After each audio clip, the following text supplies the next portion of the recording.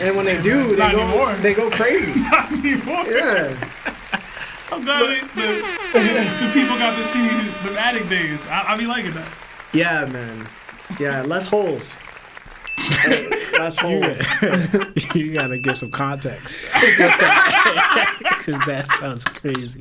That did sound crazy. Hey, you brought it there. Hey, we man. didn't bring it there. You did. Yep. Look who started to show off sus. Uh-huh. Yeah, nobody was even thinking like that, Lawrence. How about you grow up? How about you grow up? Nobody said nothing sus. None of that thought process was out there. You brought it out. Uh-huh. Now everybody see where we get it from. Okay. No, I'm joking. Hey, man. Yeah. All right. Okay. Anyway, what's good, y'all? Get ready for an exciting experience. Today, we are diving right into One Piece chapter 1118. Yes, we will be reviewing, taking your calls, and engaging with your super chats. It's going to be a good episode as always. And yes, Lionel is not here, so for those that are betting in the Discord, if the twins are going to be here together or not, whoever decided that Lionel was going to be here, y'all lost money. So, and don't be trying to hit me up to ask. Yeah, you can ask me. Bro, Y'all not getting intel, I'm bro. going to be honest, I don't even know until like an hour before the show. Usually Marv has to text me like, yo, how many? And then I have to ask, and then Lionel's like, I don't know still. So, listen, man, it is what it is. Anyway, if you haven't supported us by liking this video, please do. If you wish to interact with people like us, join our Discord, bro. I'd like you to join. If you can't watch us at home, watch us on a go with Spotify and Apple Podcasts. But when you do, please leave us 5 stars and a nice comment. Believe me, it does us a lot of good. Also, we will read all your super chats organically. I know that people have been complaining a tad bit that super chats take up a lot of the episode, and I apologize for that. But if you gave me $5 or $2 or $1 and you wanted to ask us a question, do you not want me to answer it? Like what can we do, bro? That's a part of the show. That's what makes input from the audience so amazing. You know what I'm saying? It happens on all live streams. If you're a Twitch watcher, you know this happens too. If you try to send 𝐼𝐶 $5, you want him to call you out. So it's kind of that same feeling. So I apologize to all the viewers and all the listeners that don't find that too appealing, but it's part of the show. And I'll try to somehow manage it better. All right? You have my word. Also, they won't go unread, so we apologize in advance if we don't read the super chats immediately, but they will always be read. So thank you in advance. Unless y'all be sending them late. Y'all be sending them mad late, bro. It'd be like 8:59 and we closing out and super chats coming in, bro. It's hard to read that. Listen, man, everything's good. Thank you for always supporting us. So with that being said, yo, Seb, say what's up to chat and let's hit that some super chats. Yeah, man, I missed y'all. I wasn't here last week, you know. Larry let the twins go ape on the pod for whatever reason. Gotta check him. He gotta do better. Not the twins. The twins keep doing what y'all do. You know what I'm saying? They're not liable for their actions? They're not responsible? No? They just get a pass? Yeah. Okay. That's how it works. But what's up, chat? I see 𝙏𝙗𝙪𝙢. Don't treat them like kids. They're not kids. They're grown men. Okay. As long as they're not swinging, we good.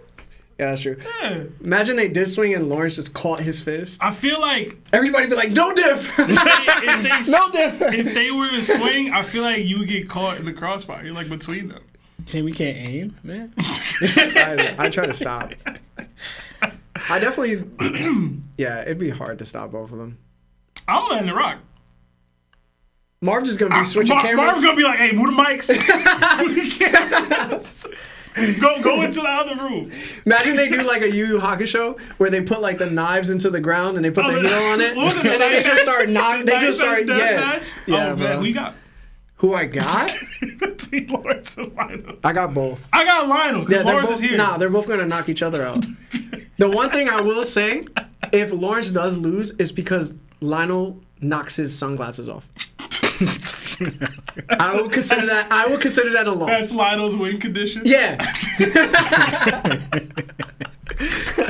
All right. I see B-Dot in the chat. I see Monkey D. Jiraiya. I see our guys, Life with Anime Podcast. I don't know if it's Joe or Preston, but what's up, yo? If y'all haven't already, please subscribe to Life with Anime. I see KSG2, Dylan, AXM, Plagon, Hamza, Zoro D. Joyboy, Lance, Mick D. Arnold, Ciandre Williams, Loki Dean, Doug Missy, Straw Hat Ray, JTUC, Firearms, Monkey D. Luffy, Brono Azolo, Christian Reese, Joey 215, Gray, Austin Hart, Vincent Distalio. They call me Sus Bastion. What? Lethal. That's actually a good name. The Finesser. The Broker's in here. What's up, Broker? Toby's in here. What up, Toby? Bama Boys. Bammy Boys. Sorry. Armjilly America. I feel like I always say his name wrong. Roy Stokes. Joyboy Mark. What up, Joyboy? Hunchin D. Hose. Joyboy Mark is back? Yeah. Takem 2421. So many y'all. Nicholas D. Nika. Matthew Machoud? I think it's a new name. Huh? Vandy Auger. Vandy Auger's still not a member. That's crazy. Yeah, he be dodging those memberships. That's crazy. King Alcazar. Just so many y'all. Like the stream, y'all. We do have over 330 people in the stream right now viewing, but only 97 likes. Please hit that like button for your boys. It does help with the YouTube algorithm. Justice. Yeah, please like the video if you can. Let me get into some super chats. We got 5-month membership to _Yonko status, our highest tier of membership from Roy Stokes. It says, "Hey, can't believe it's been 5 months already. So hyped for more to come. # Larry has W takes. # Broker has W theories." Thank you, Roy. Thank you, man. Thank you for saying that about our other Nakama. Yeah. Appreciate that. We got another 4 months to Nakama status from Hunchin D. Hose. It says, "Sometimes you gotta pop out and show Nikas." # TOPT. I know Chris probably like that. They not like us. Listen, man, the pop, was it Ken and Friends, the pop out? It was dope. It was dope. It was a little OD that he played it 5 times, though. Hey, man. That was a little too much.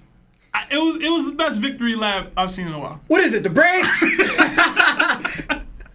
Oh, man. We got another 5 New Zealand dollars from Takeem2421. It says, "Do you think the energy that is powering the aluminum giant Yo, is freedom?" Vandy Auger got a membership. Did he? Yeah. Just now? Yeah, I think, yeah. MJ, thank you for the 10 memberships. Just to point it out, thank you so much for the memberships. Sebastian will keep reading super chats, but thank you. Shout out to Vandy Auger, bro. Yeah, he ain't dodged this time, ain't bro. dodged this one, man. I guess his hockey wasn't there, bro. He caught it up. Yeah.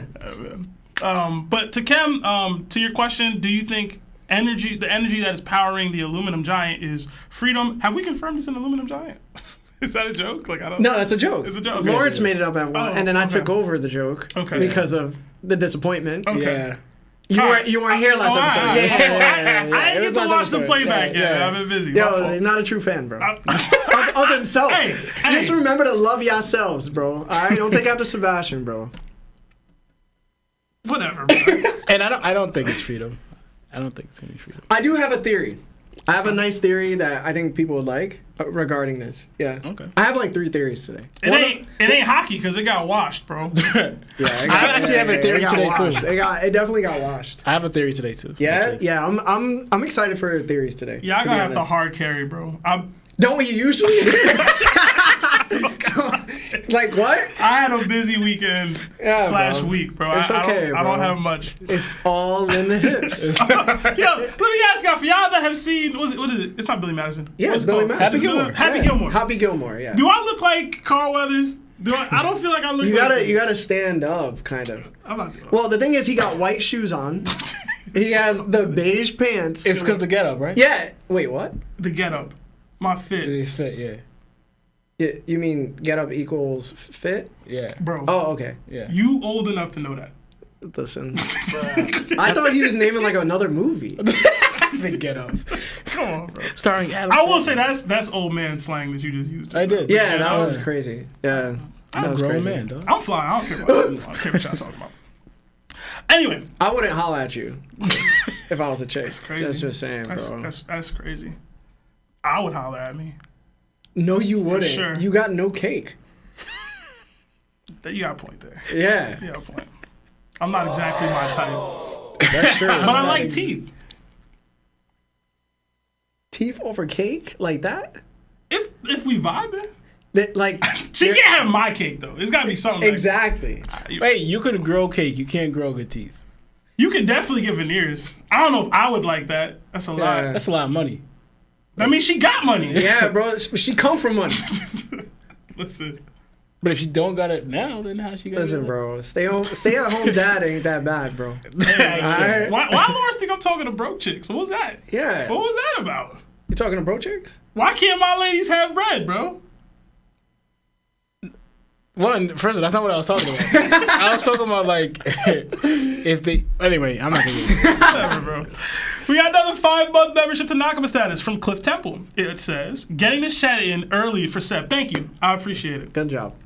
Another 5 from Gorilla Head. It says, any reactions / comments to the latest One Piece episode? I did actually see that, and it was fire. Yeah, I didn't see it.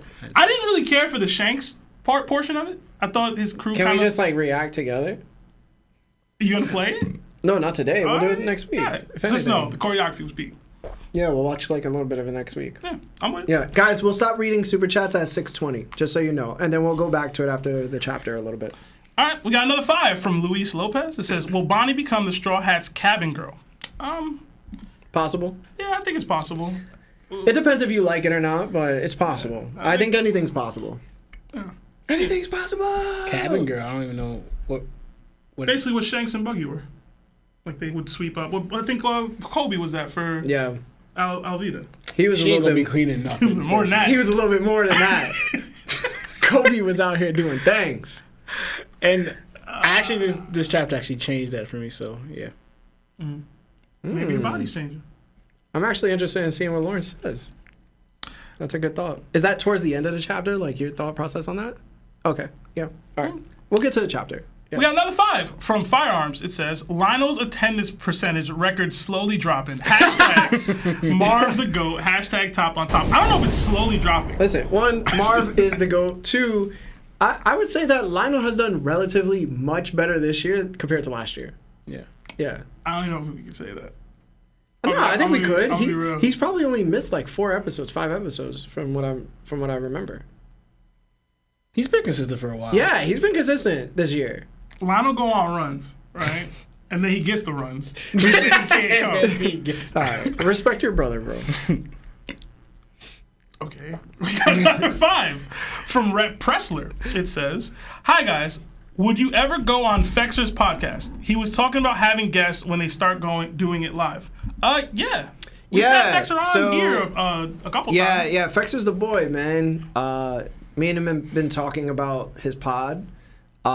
Listen, those boys hit 17K on their first video. So shout out to the Let 'Em Cook podcast. If you guys haven't gone and saw those 3 gentlemen, they're known as the king of shorts regarding One Piece.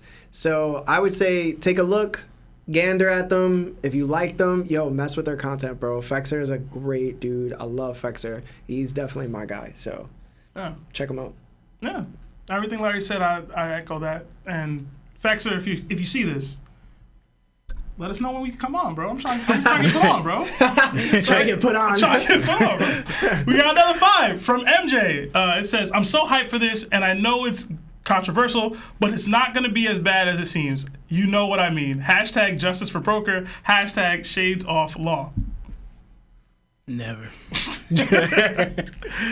Another 2 for Scooter Looter. It says, Mihawk over Shanks. Where is Sugar Plum Marv at? What? Sugar Plum Marv? Sugar. That's what we call him, Marv now? Sugar Marv's Plum? face. You should have seen Marv's face. Did I miss something? I don't know. I don't know. That's Also, for everybody that's shouting out where they're from, thank you so much. Wherever you are from, thank you. If you guys want to shout out your country, shout them out, bro. We got another 5 from Jared Petit. It says, getting a cat tomorrow. His name is Binks Sake. Hashtag Larry about to get his head palmed. What? Hashtag justice for Seb's BBL. Hashtag the GOAT twins. Y'all helped me so much for real, though. Much love with a heart emoji. Thank you, Jared. Thank you. Nobody palming my man Larry head, man. Chill out. Yeah, bro. Larry, I'll swing, bro. Larry will swing, bro. I'll swing, bro. It'll be tough, bro. We got another 2 from Ali Raza Saeed. It says, what's y'all's favorite panels in the manga? Oh, man. Oh man. Favorite panels. Man. still shot? One came to mind. I mean, mine all time is gotta be Luffy, Buggy, Ivankov, Jinbei, and them falling from the sky. Because it's the one that like got me interested into actually reading One Piece for real. Because Lawrence was reading it. I saw that and I was like, yo, wait, what's going on? So like, I always go to that one. Chopper, with the cherry blossoms, where they're going across the moon. I thought that one was great. Robin, I Want to Live. There's so many good ones, bro. Odin boiling, like there's so many good panels, bro. That just came to mind. Yeah, I can't name one specifically. I'm sorry. I don't have the memory. I think Going Mary. I was gonna. So mine's was the Going Mary burning, Yeah. and the Straw Hats were looking at it. Cause that's like my favorite arc. Like I love that arc. I'm trying to think of panels, like more panel work than like moments. Cause I was flashing to moments in my head. I'm trying to think of like panels. Yeah. I remember Rukugia Kingdom, like the Fishman Island Kingdom. When I first saw it, I was like, "Holy that crap!" was crazy. I thought That was great. crazy detail. You got one, Lawrence? Top of your head? I don't have one top of my head, but I usually like, for example, because going by panels, right? When he puts all the Straw Hats squatted up together, I usually like those shots. Yeah. When you have like when they were at Ennis Lobby. Yeah, Ennis Lobby. On the columns. Exactly. Yeah, Wano, when they that have was them all dope. together lined up, I like those panels. Yeah. Yeah, that's a good question. question. I just gotta I gotta see more panels, bro. Yeah. Let us know y'all favorite panels in the chat. Yeah, in the I'm chat curious. right now, say some of the panels that you guys love. Yeah. We got another membership to Yonko status, our highest tier of membership from Cam. So enjoy being a Yonko. I believe Larry shouted out the 10 gifted memberships from MJ already. So yeah, thank you MJ again, did a lot of gifted subs last episode. Yeah, he's been going crazy. Yo, he was going crazy, bro. Shoot. Thank you, man. Thank you. Thank you. We got another 5 from our guy, Life with Anime Podcast. I'm sure it's Joe. It says, I don't care if he's the one that shouted me out. Who let Seb back on the podcast? Love y'all, boys. Be easy. Keep doing amazing work. Somebody got to protect Sanji, Joe, for people like you. All right? And him. Much love to Joe, bro. I miss him. I miss him and Preston, to be honest. They're so man. cool, bro. Yeah. We got another 5 from Cameron Betty. It says, first live and I get to watch. Get to watch it with my daughter Nami because she won't take a nap. Love y'all for real. Naming your daughter Nami is so dope, bro. Yeah, that's a cool. word. That's so dope. Yeah, That's awesome. Yeah. But I'm glad you get to watch. We got another 7 months. Two more minutes, guys, before we get into the chapter. Yeah, another 7 months membership to Nakma Status from Veterinary. It says, hi guys, another fire chapter. # Larry Hot Takes. Yeah. Another 2 from Project Iceman. It says, eating curry goat while watching, it's a good day. I ate curry chicken good, yesterday, yeah. bro. It was slapping. Also, guys, no politics in the chat. Please. Okay? Yeah. Just because you shout out your country, please don't get into nonsense. And Curry Goat is awesome. Yeah. Yeah. Another 2 from Procumbent. Been a minute. Who wins in a fight, Yamato or Boa? I got Yamato. Yo, I haven't seen Procumbent in a while. Top pro. The right answer is Yamato because Boa's so like. She's broken though. Like, She's she can super- beat but anybody. She's technically. just unknown. Yeah. Like a lot of the stuff she has is unknown. But we know Blackbeard had to sneak her. So she's dangerous. Yo, that's what I'm saying. Like She's dangerous. Blackbeard was like, yo, I let go of my hand, yo, I'm done. And here Yonko. Yeah. That's fair. So that again, but there's no real absolute feats from her. So I can't say her. No, I agree with everything you guys are saying. I'm just gonna tip it more in Boa's favor, just off the ability. Like it's kind of one of those situations. If Yamato gets caught, even just a little bit, like her hand or anything, it's stone, you know. So, but to me, it should be Yamato, and it's actually favor what we see when Yamato actually do. It is Yamato, but just for like the sake of like the argument or, you know, the dangers of Boa's ability, I'm gonna go Boa. You know what it is for me too? It's like we've never seen Boa's ability work on like a Conqueror's Haki user. You know what I'm saying? So, I don't think that it would. Lano but I feel you. brought up a situation. I'm not a situation. I'm sorry. An instance where Luffy actually got hurt by Boa's ability in the manga. Like he while he was falling down, Boa shot him, and Luffy was like, "Ow!" Like he said, "Ow" from it. And I think he even started bleeding. Was or it something. an arrow? I Was forgot- it her ability or Yeah, was it because Haki? It's different. he would turn to stone now. You know what I'm saying? I don't know exactly what line I was talking about. I gotta look it up myself, but I'm just bringing the reference of what he said. That Luffy, that Boa hurt Luffy. I would have to research it, but that's like the one variable that stands out to me. Yeah. Yeah. But anyway, guys, it's 6:20. We have super chats. We love you for those super chats. Thank you so much. But we're gonna hit the chapter, and then we're gonna read the rest of the super chats. I almost threw up in my mouth. You good? I had 2 pizza slices before this.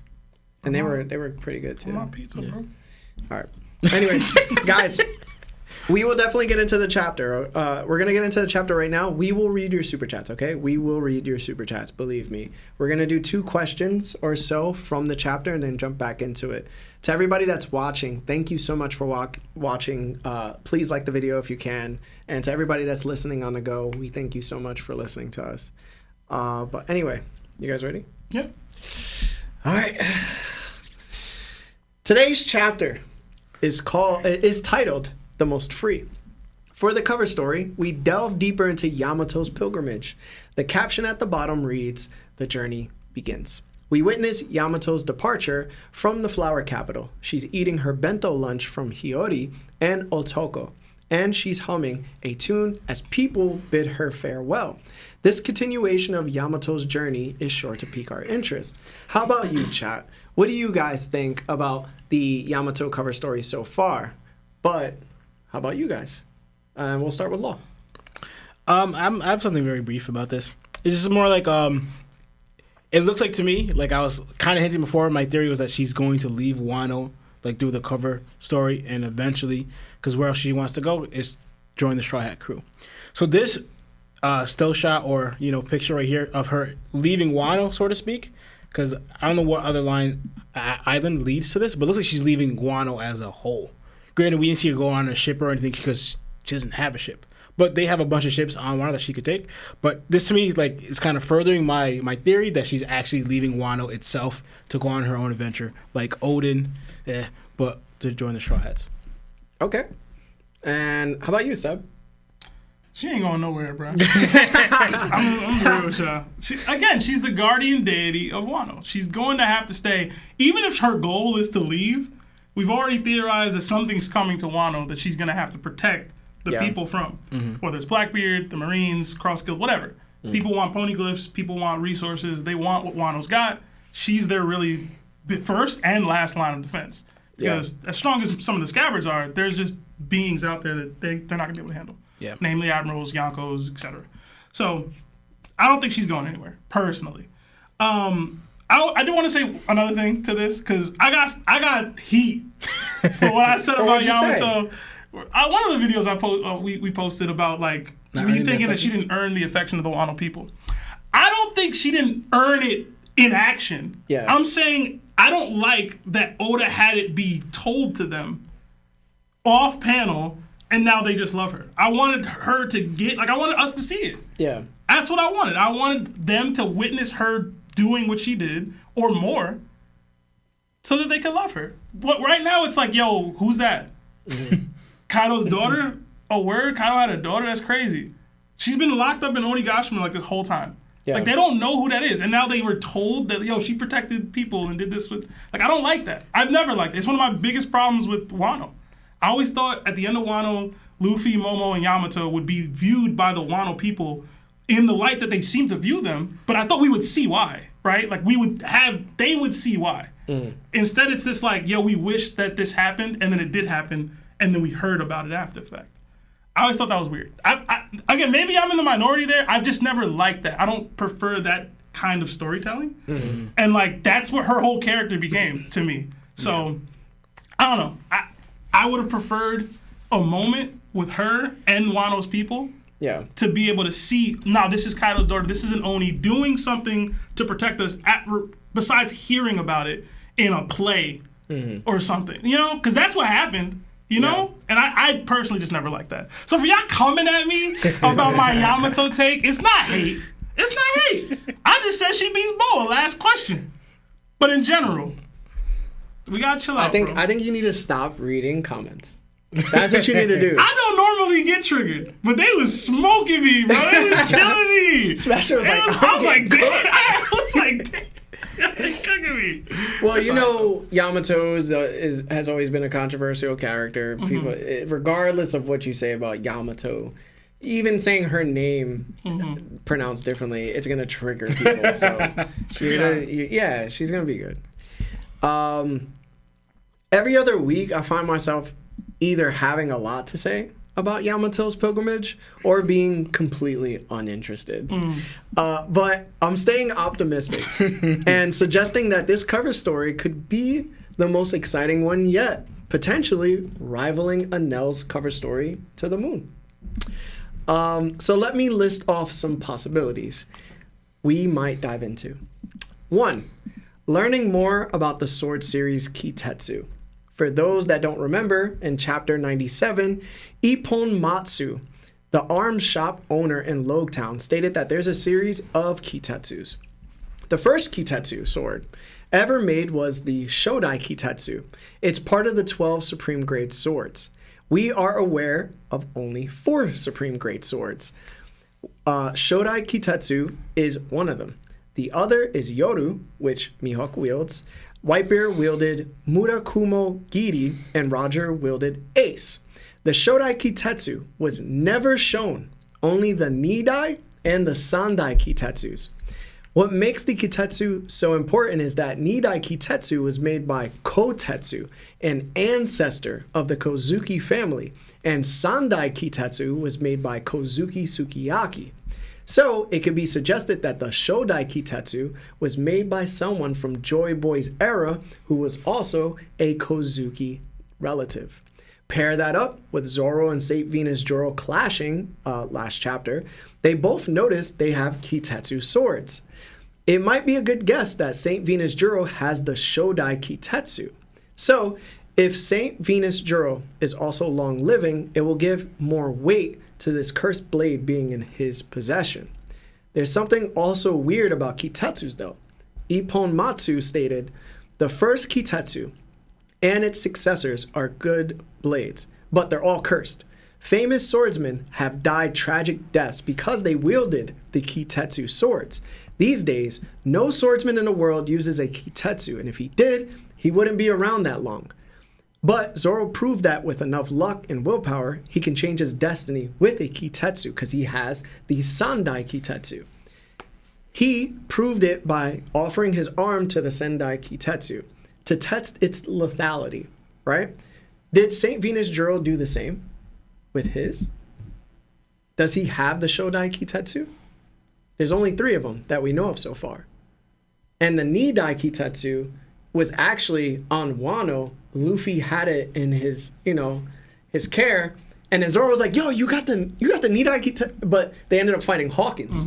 And then Luffy just threw it to the side. Yeah. So they exist, right? So it also brings up the question. Oda did say that a Straw Hat might pass away. We were all saying it would be Usopp. What if because Zoro's luck runs out, it ends up being Zoro who passes because of the Kitetsu? I'd rather it be Yamato. But the thing is, for me, it's like Yamato could reveal some of this information in her cover story, which is great. There's a chance Yamato's pilgrimage will cover some of this on the back end. So Yamato will be visiting Kuri after Kibi, her first visit. So we might find out why Kuri, out of all the Wano regions in history, didn't have a daimyo until Oden arrived. Mind you, the first time we entered Wano with Luffy, we experienced Kuri out of all the regions. I wonder why. This is weird because the only time in Wano's history that they didn't have a daimyo, from what's said, was during Kaido and Orochi's reign, since the daimyos of their time refused their rule. So they were assassinated for it. But even so, there wasn't a daimyo after Oden and Kuri. There wasn't a daimyo after Oden for Kuri when Kaido and Orochi's reign came to an end. Yamato may even reveal that Wano was called the Country of Gold because a forgotten family ruled Kuri at one point, and they were the financiers of the country 800 years ago. However, their move to Marijoa erased their name from Wano's history, just like every celestial dragon royalty from their home kingdom. That region fell to ruin by becoming lawless and riddled with poverty after they left. Hence, why is Wano no longer considered a country of gold now? What would make this even more interesting is if the family's forgotten name was the 𝙏𝙝𝙪𝙢𝙪. This would align with Venus 𝙏𝙗𝙪's ties to Wano becoming a celestial dragon and validating his epithet as the godhead of finance within the world government, but also meeting the person who created the Shodai Kitetsu all those centuries ago. So you saying Venus Juro could possibly even be the creator of the Kitetsus?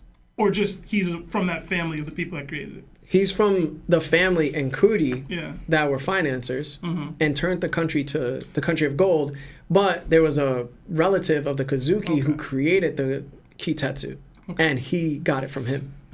Yo, I'm with it. See, this is why y'all gotta let Larry cook. Y'all was trying to flame him because he said he's gonna clip Zoro in the first half. Y'all gotta let my man cook, bro. He alright. I like it. And I do see how her traveling Wano could reveal that. Yeah. You know what I mean? Like, I could see that being like, maybe not the big reveal, but one of the reveals of her cover story. You know?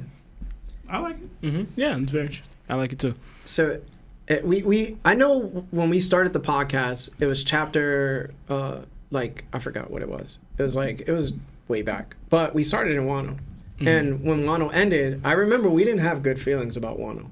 Maybe Yamato can change this for us a little bit, right? That'd be something. So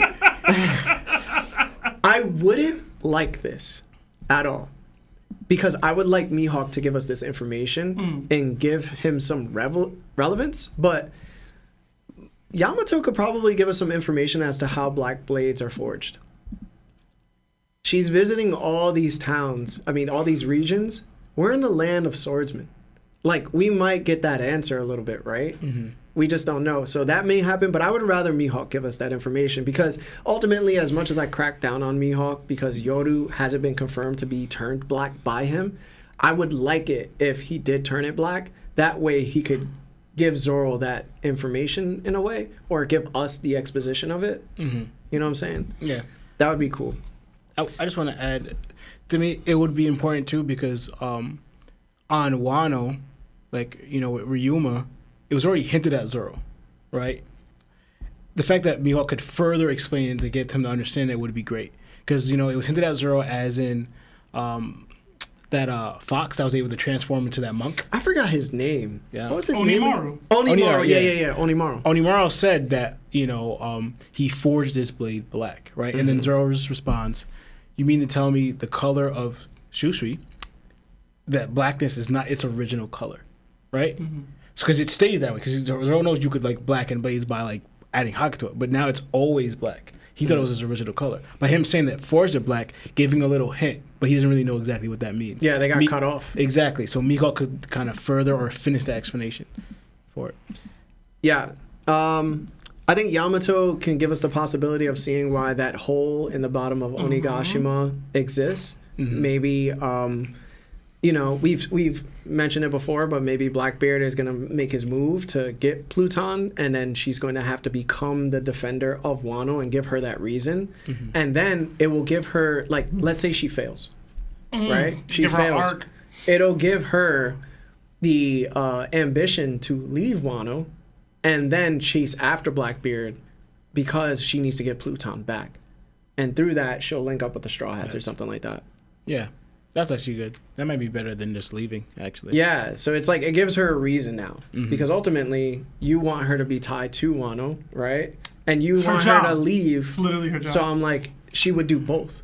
It's her job. Because she's always going to... Wano's her home. Yeah. She's going to come back to it. Yeah. Yeah, she's not going to stay out there forever. So... But that's kind of... So I think we shouldn't take this calm before the storm for granted. I think this cover story, I'm going to keep my hopes up. I think it's going to be a banger, bro. We just got to give it time. Yeah. Yeah. Because there's no way this is it. So Oda, because then, come on. Yeah, you're better than that. Yeah, it would be. Yeah, it'd be kind of bad. Bro. Like if nothing else happened. Yeah, you know how we be like, yo, make the cover stories like the filler arcs, right, or the little mini filler episodes. This is like the one you don't want. Yeah, I'm good. I'm good on this one. I'm all the way good, and it's not because it's her. It's just nothing's happened. Yeah. Yeah, Nothing has happened. no, that's true. That's not. I don't. Yeah. So let's go into 6:45. We'll do super chat. So we'll do 10 minutes of super chat, and then we'll go back into the story. Okay. Yeah. All right.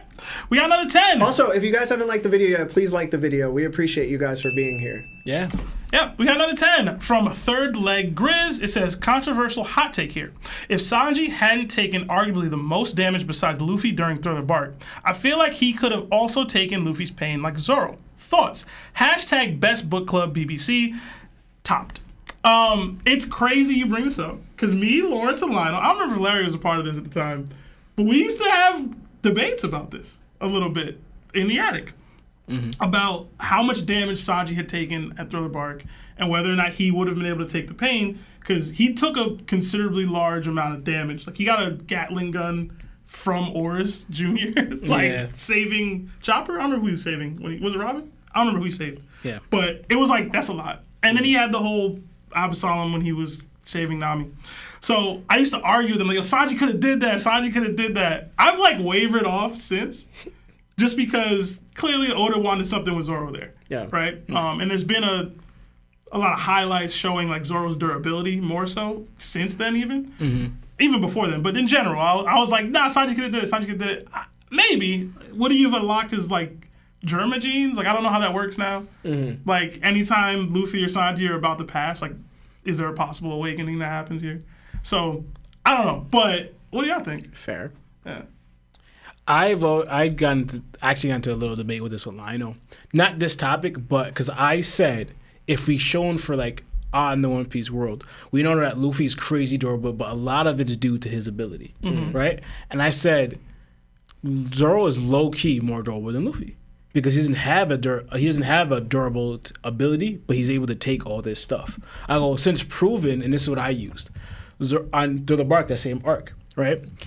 Luffy, from all the exhaustion on Thriller Bark, right? Everything he had, he passed out. Zoro, through his exhaustion, took on Luffy's exhaustion, pain, all of that fatigue, everything that passed Luffy out. Zoro took that still conscious, still standing. You know? Showing that he took whatever damage he was taking, plus all of Luffy's. And I'm still able to stand. Yeah, that was a strong factor. Yeah. So I'm saying right there, he's taken both. To me, you could kind of argue that Zoro's durability may be as strong or stronger than Luffy's because he's taking both right now, where Luffy's just passed out from his own, you know? So then that will bring up, the 10 years. I go, yeah, I know. Luffy. I'm not saying that Luffy's not crazy durable, but the main thing is like they're bringing that. And the main thing I bring out is that how strong Zoro's durability is, but also I think what played a part into it is Zoro's conquers. Right? Yeah. That could even be a factor to why he's so durable or everything, and why I think Sanji may not be able to take this, because they show in the One Piece world, or would normally, I guess, yes, of course, if you're the strong will, you're going to be durable as well, right?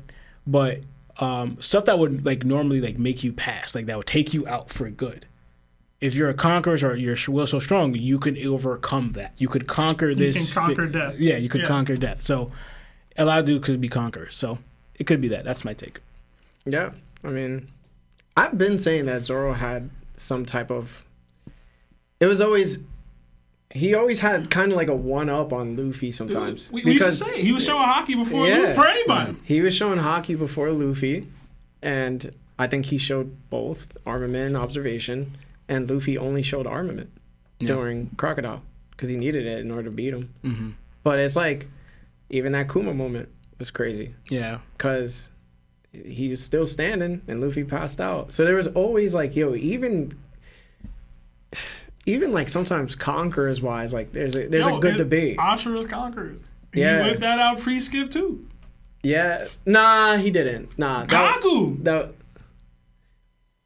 You know what I'm saying? Like, I wouldn't say that. That's too much. He did show Ashura against Kaku, but I wouldn't say it was conquerors. Yeah, I wouldn't say it. But I will say this though, because I got into the whole thing with Lino again, where like how Luffy got one-shotted by Kaido, right? And from what I know, Kaido wasn't using Conquerors in that attack, right?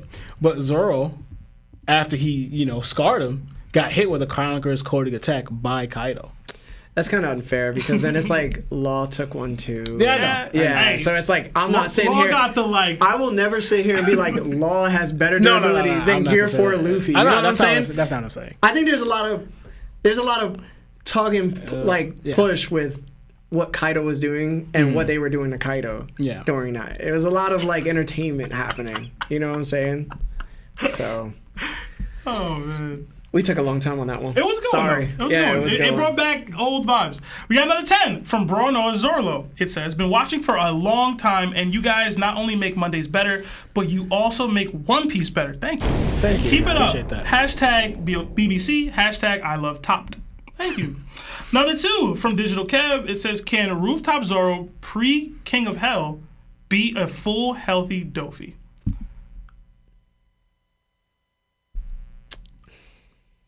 Maybe. So you mean Possibly. I'm not answering. I this think question. he'd level. Regardless, he'd level up if he needed to win the fight. To me, yeah, he Like, could. I'm not answering this. I'm gonna say yes.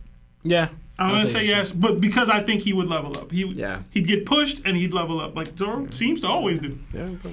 Another 5 from MJ. It says, can't believe Augur didn't get it when I did 150 gifted memberships last stream, but gets it when I do 10. Hashtag YouTube trolling. Hey man, that's the way the cookie crumbles, bro. That's YouTube, bro. But appreciate you, MJ. Yeah, we do seriously, appreciate you. Thank you. Another 20 from Roy Stokes. It says, got in a debate with a buddy the other day about who could be replaced on the crew easier. He said Nami, and I said Usopp. Wanted to know y'all's take. Would it be easier to find a navigator like Nami or a sniper like Usopp? How is this question? Bro, you should have saw me and Lawrence. You saw Lawrence's face, but me and Lawrence made the same face when you said Nami. Yeah. Roy, Yeah, bro. it's definitely Usopp. I'm sorry you donated $20 for this one. Yeah, that's bro. crazy. But How thank is this you. a conversation? Thank you, though. It shouldn't be a conversation. It's easier to replace Usopp. She's a navigator that's literally making a map of the world. Like, you know what I'm saying? Bro, Usopp can't even fight. I love Usopp, bro. I do. Usopp's terrible, bro. Yo, he's a sniper that uses a slingshot. That's he's cool as he is, and cool as sleep swaps are dope. But you're a sniper that uses a slingshot. What you need to do is creative, but come on, man. It's tough out here. It's wild. But thank you. Another 5 from Goat Mentees. Just caught up on the hottest take streams, and no way I got top 7. Y'all saying Shanks not helping Blackbeard jump Luffy to prove he's a great pirate? Definitely not. You think Shanks is gonna team up with Blackbeard to fight Luffy? Some people just like That sounds crazy. to hear their own words. Yeah. That's Goat Mentees right now. Keep my talking. goodness, bro. That's crazy. Thank you, though. Another 5. You need a journal, bro. Another 5 from Nightwing Nova. It says, I love One Piece and my favorite book club. Hashtag I'm topped off. Okay. We got another 14 months to dock of a status from our mod, Toby. Toby, watch your language. One, you're abusing your modship right now. Yeah, Toby's cursing too much. Says, F what Larry's saying. I'd holla at you, Seb. Hashtag top greater than everyone. Thank you. Thank you. Toby, you never be in them allegations, bro. Never. What? Never, bro. Never, Toby. I don't know what's going on. We'll tell you later, bro. We got another 5 from Mario Cruz. He sent that with his feet up in the air on his stomach. Guaranteed, bro. He under covers right now, too. Oh, man. Just clutched up. Got another 5 from Mario Cruz. It says, Carl Weathers could never, hashtag BBL Sebi, hashtag Bang Bang Buggy Gang, hashtag Marv the Goat, hashtag CGI Down. Oh, man. Don't disrespect Carl Weathers, bro. Another 5 from Diamond Life. What's more likely to happen? Dragon showing out, Blackbeard having Conqueror's Haki, or DDT's coming? Curious to see how y'all feel about the end of the show. As much faith as I don't have in it, the DDTs are coming back for those other twos, bro. I'm serious, bro. The DDT will return. Yeah, bro. I'm gonna go in order. I got DDTs. Okay. Dragon showing out. Okay. And I don't think Blackbeard's a conqueror. So. Okay. You know what's crazy? I have I have DDTs, Blackbeard Conquerors, and then Dragon showing Oh up. my god, DDT's coming, bro. I don't know about them other folks. Yeah. I was gonna do a poll, but it's too late. Yeah. Crap, I lost my place. We only got like a minute left. One second. Yeah, we got a minute left before we get back into the chapter, guys. All right. Damn, man, super chats, y'all. All right. Thank you for all the super chats. Appreciate If you guys haven't liked the video yet, please do. Another 10 from Franco Cervantes. It says, the idea that a 12-year-old girl is suddenly just as powerful as a series protagonist who spent 1,000+ chapters going through a world of training and fighting and learning is pretty lame, in my opinion. Thoughts? We will get into that. Yeah. So deeply. So that's a very, very good question, and I think that you're gonna want to stay for the ending. Yeah. We're gonna talk about that. think It's gonna be heavy. Yeah, I guess you all have a big piece on that. Yeah, I think we're all gonna have like some type of. We might not actually all agree, but I think we might at this point. So we'll see. Well, just give us some time, bro. But let's get back to the chapter. Yep. Thank you everybody for being here. All right. So the chapter opens up with the Iron Giant falling onto Marine ships. Marines are freaking out because the Iron Giant is massive.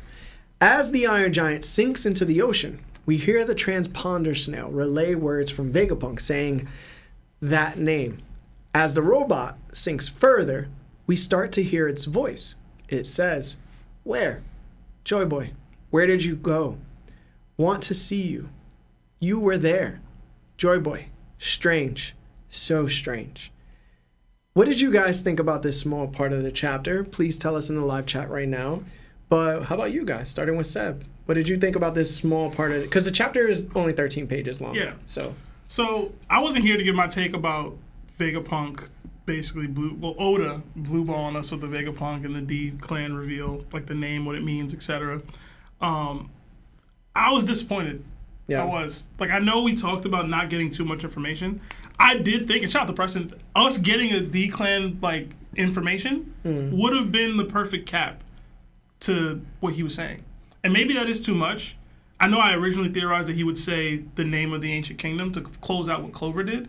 But the fact that he didn't do that or get this one bar off, I was like, you told us about the world ending with the flooding, like that's great, but like I needed a close that meant something, I felt anyway. And so I was like still for a glimmer of hope, like maybe something happens, like, but nah, we didn't get that. So I was disappointed.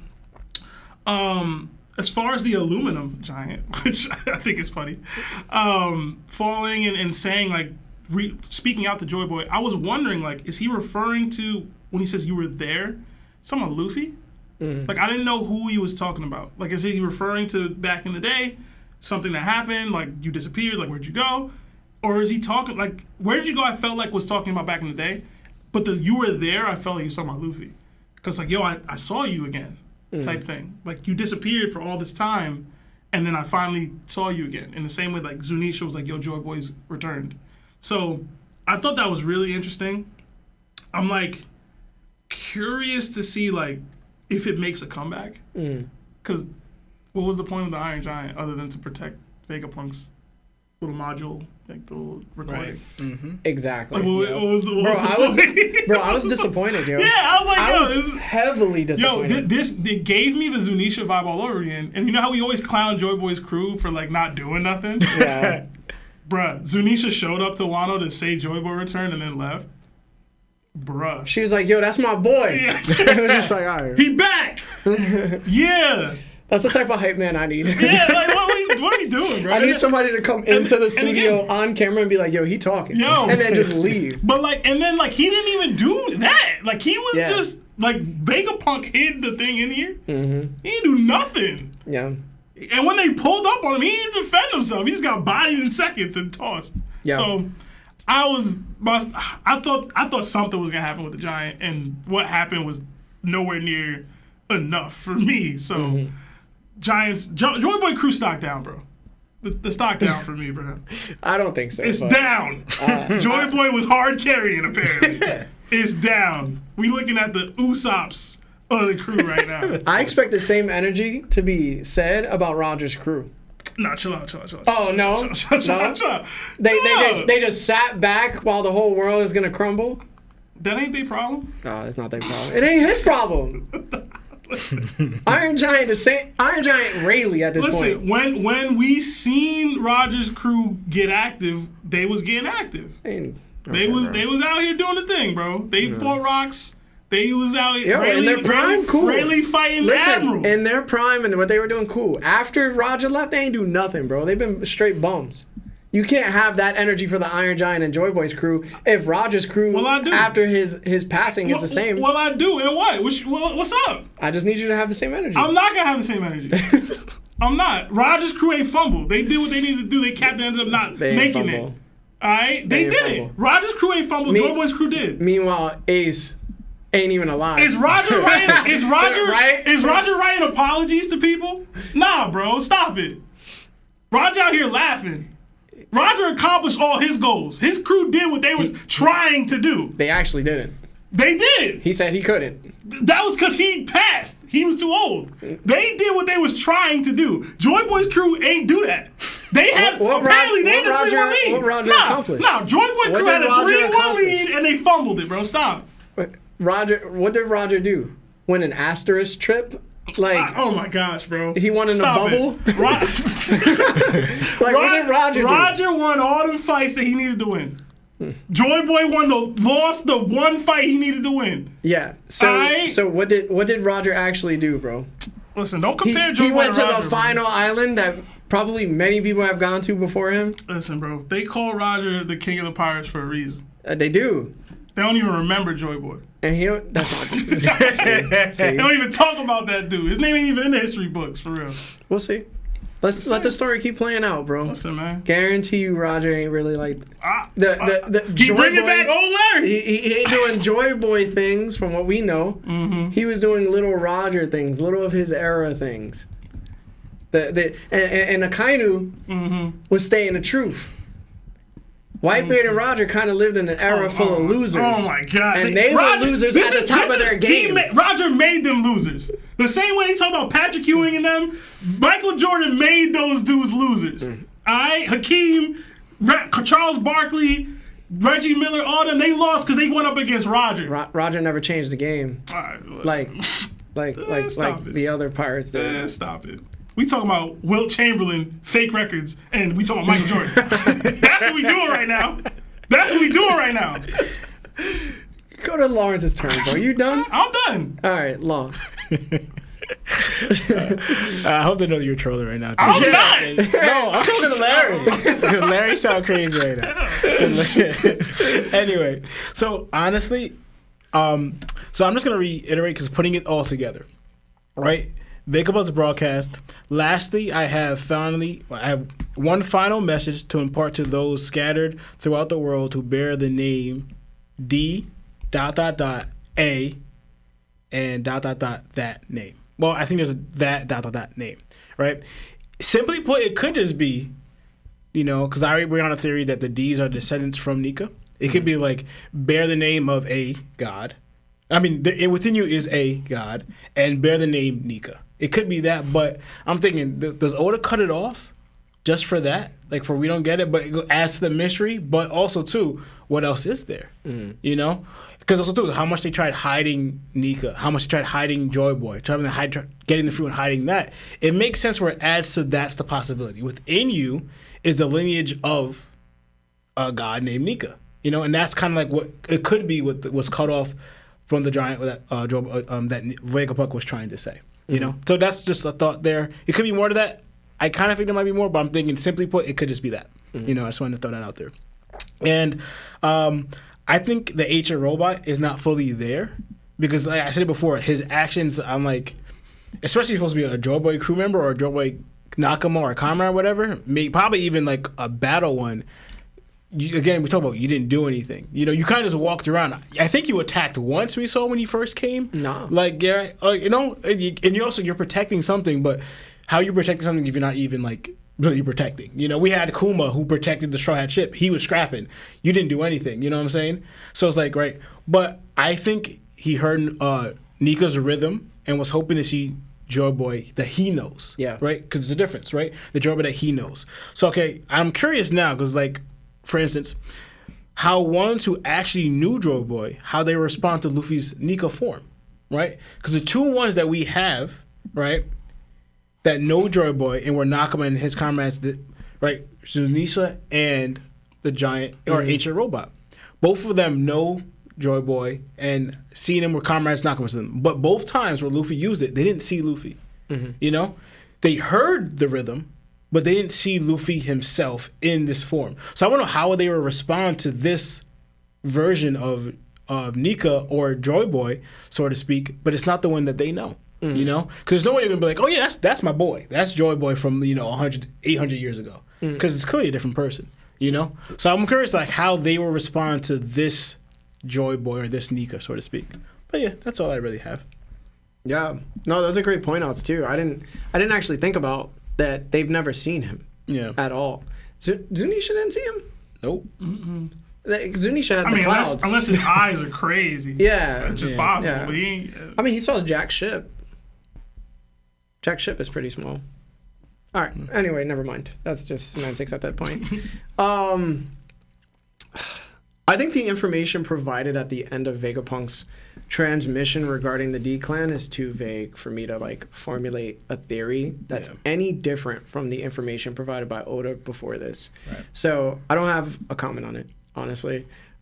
Maybe guys, if you want to go back to other podcast episodes where like I had theories about it, like then do that. But as for the Iron Giant's inner monologue, I'm interested. But the information is also way too vague, right? So I'm going to speculate a little bit. The Iron Giant and Zunisha seem to have similarities, right? Zunisha is a confirmed companion of Joy Boy's, and I believe the Iron Giant was too. Here's why. When Zunisha spoke during Wano, it said that Joy Boy was near it, and its heart was dancing. It could not help but put its hope into Joy Boy. Now we have the Iron Giant asking where Joy Boy went. Before that, it said sorry to Joy Boy. I think because both wanting to be in the presence of Joy Boy indicates that they were a part of his robust fraction at some point. Something else I recognized, I believe the ancient energy Vegapunk couldn't replicate was the rhythm to life, otherwise known as the drums of liberation. He created the Mother Flame, but that's not the infinite energy source he was describing. How do I say this in a weird way that makes sense? All right, so music makes our feet tap, right? Music makes our hips move. Music makes our hands gesture, right? It creates it's all in the hips. Basically what I'm trying to say is like music makes us move. It gives us energy. Because Joy Boy is based on the Caribbean folklore of a man who embodies the spirit of inspiration through music, he gives everyone a reason to believe in freedom. I believe that since Luffy is the current Joy Boy, that's the reason why Zunisha's heartbeat was dancing. Luffy also powered up the Iron Giant with his heartbeat. What makes this so interesting is that Vegapunk couldn't replicate the technology from the Ancient Kingdom because he lacked this energy source, making me wonder, suppose this rhythm of life powered the Ancient Kingdom and Joy Boy was from there. Does that mean Joy Boy's fraction included a man with Vegapunk's devil fruit and they collaborated to create technologies Vegapunk never could because he didn't have his Joy Boy?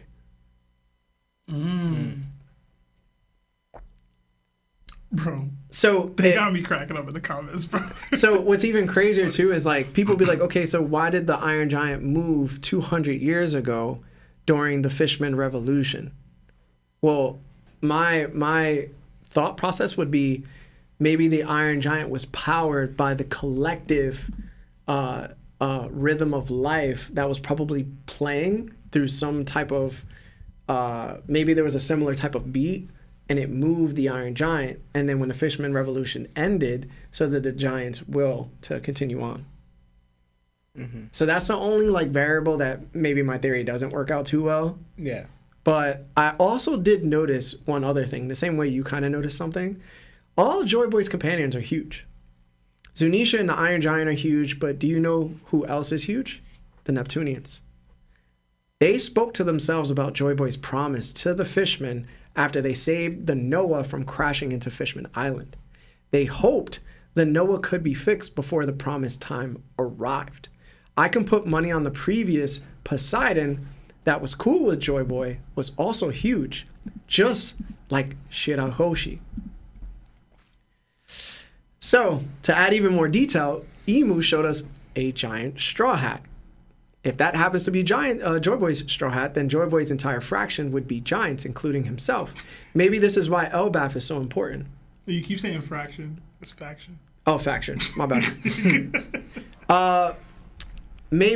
So because remember, Joy Boy's other moniker is the sun god. The people of 𝐿𝐵𝐵 have a winter solstice festival that celebrates the sun's rebirth and probably references Nika's eventual return to the world.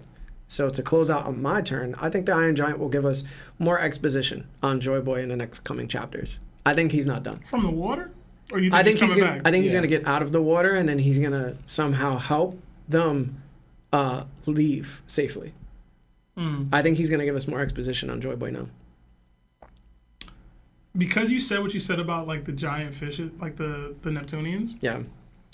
I thought of like maybe one of those giant fish that protected the Noah come to save him. Like that's like my Nakama, like who fell or whatever, and now he's in the ocean. But that's probably way too far, right? Like, nah, dude, they were in the bottom of. They were at Fishman Island. This is like an island. Yeah, like, you know. But the fact that Zunisha pulled up, like Oda be pulling fast and loose with the time and travel and distance, bro. So yeah. But I could also see like how some fish probably have lived a very long life. Yeah. Because Zunisha is 1,000 years old. There's nothing or at to least say. 800 or something like that. Yeah.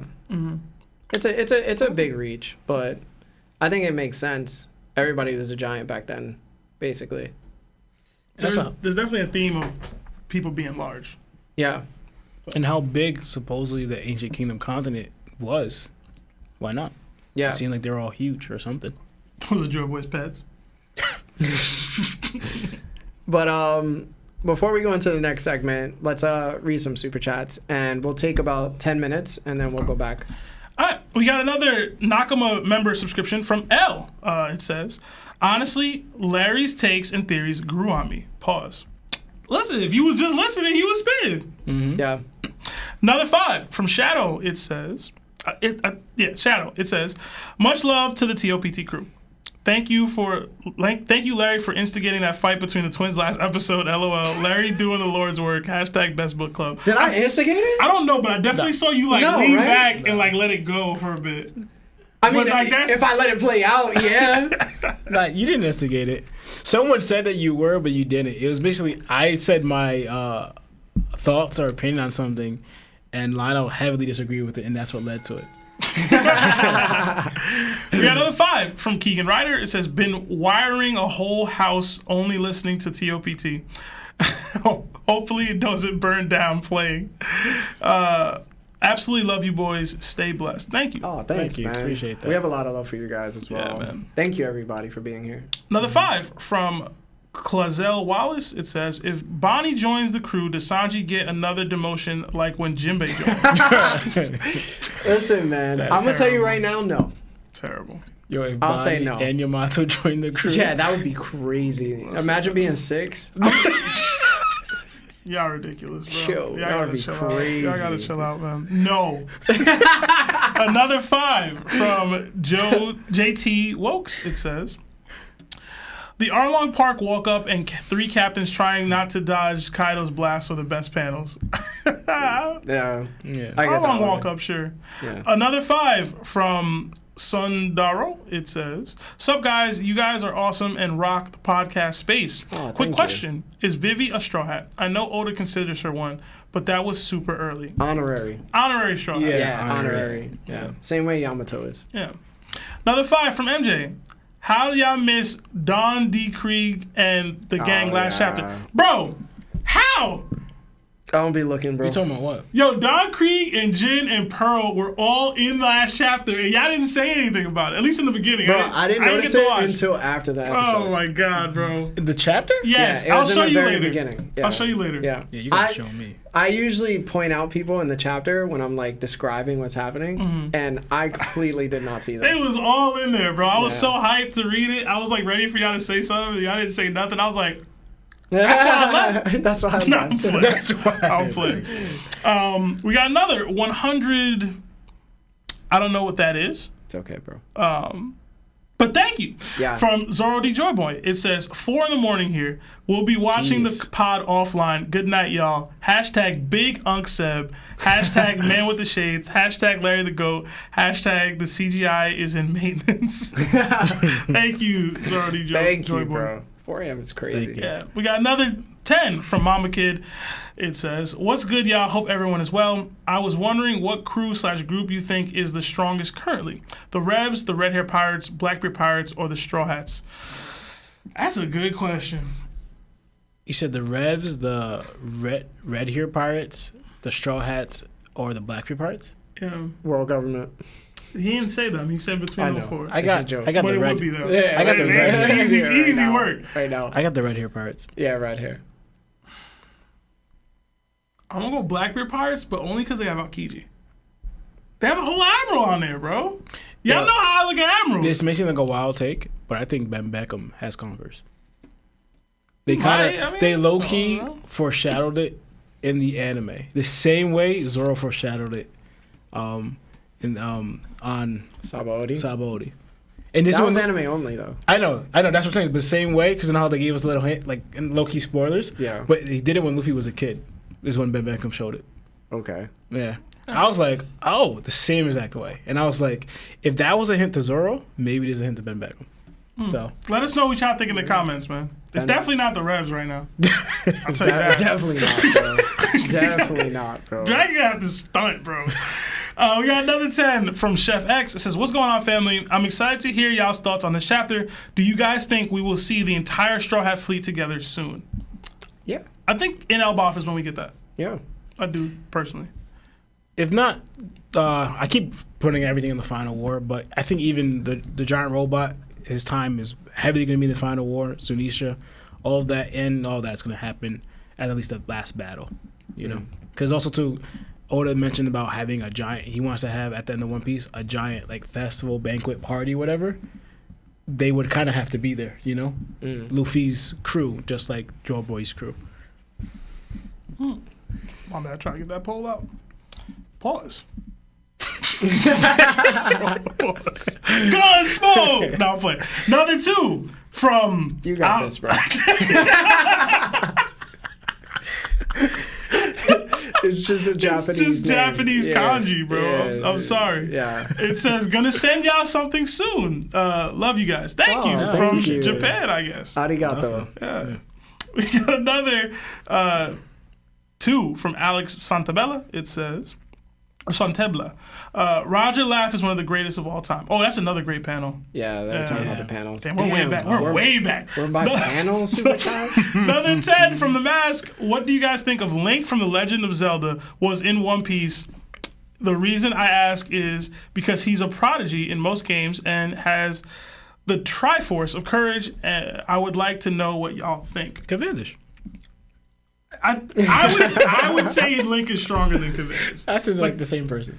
Yeah, If he's using the Triforce, then he has a double fruit, bro. I'm not gonna bring him in with just extra abilities that's not in the show. He got a double fruit. He might bro. be a conqueror though. Link go hard. Yeah, I mean, He's been in a lot of verses. He's fought a lot of strong people. listen, bro. He gotta have a drawback, bro. He can't be just taking out Majora's Mask whenever he wants. He can't like. Hey, man. Marv, you got any input? Because Marv knows about this. I was just thinking that there's a lot of different versions of Link. That's what I'm saying. Each game is a new Link from a different timeline. So it really would depend on which Link you choose.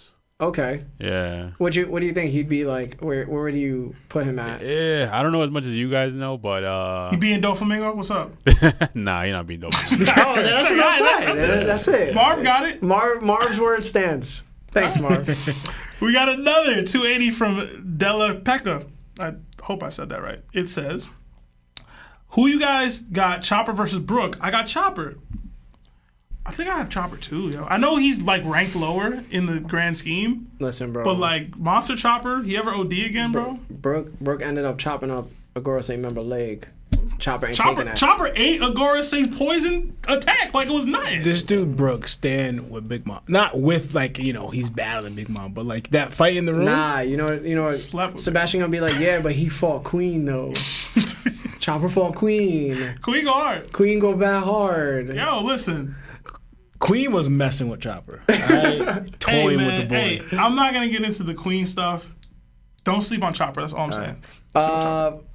This last one, and we're gonna jump back into the chapter. All right, we got another 2 from Michael Aguirre. It says all these cool sword names. Then there's Ace. LMAO. I feel like Ace is a cool sword name. Yeah, I feel like that's a cool sword name. All right, let's get back into this. You guys ready? Yep. Thank you guys for being here. Like the video if you haven't. All right, so next we see Saint Warkery in his Zoan form. Marines stare at his massive size and wonder what is going on with Egghead. Denden Mushis worldwide have stopped since the Iron Giant was taken out. Many people around the world are confused. Alabasta citizens watch on and wonder if the world government took out Vegapunk. Some say that's unlikely, since Luffy was holding him prisoner. It would be a pirate who's done it. Others believe the world government would never take out the greatest genius in the world. Even Leo questions if Luffy took out Vegapunk, and Rebecca has to remind him, of course not. The Gorosei reach out to York. They ask how many more of the Vegapunks are still alive. She replies that Atlas and Lilith are the only ones currently accessing Punk records. Lilith is on the floor, and Atlas is on the northeast. So, the Gorosei decide to eliminate them both and leave York alive. The giant warrior pirates set sail. Dory, Broggy, and Luffy jump onto the giant's ship. Bonnie is excited to see Luffy. Luffy is amazed by how big it is and wonders where Usopp and Chopper are. We see a sea beast, Vice Admirals Bluegrass and Doll, turned into children. They blame Bonnie for her ridiculous power. Bonnie boasts in their face about their defeat. Oimo makes fun of Kashi for getting his butt whooped by Doll, and Luffy is so happy to see them both. Sanji tells Nami they are ready to set sail, and she replies that it's thanks to Edison that they should be able to land in the water now. Nami says if they need help, then he should help them. Sanji panics and says he'll do anything for her, Robin, and Lilith. Usopp says relax and save us all, bro. And basically that's it. So what did you guys think? We'll start with Seb again. All right, so I be forgetting how big they look like in the forms, because like these battleships they're battleships. Yeah, like, they're pretty big. Yeah, he's towering over them. Like he's it's like nothing. So you remember Saul picked up that battleship? Yeah. He was smaller than the That's battleship. what I'm saying. So battleships are huge. This looks crazy how big they are, bro. The whole world's reaction to the information is just funny to me. It's like more proof positive why Vegapunk had to get this kind of a message out, to show people that the world government isn't what they think it is. Because we still got people like, oh, they'd never clip Vegapunk. Like, yeah, the whole world's sinking. They didn't tell you. They didn't care. They don't care about y'all. They're wiping planets out. You know what I mean? Like, I've said planets, islands out. Like, that's Koza, right? Yeah. Yeah, that's Koza. Yeah. Koza was always kind of cool. Like, I never had any issues with Koza. I'm just glad I didn't see Pell, bro.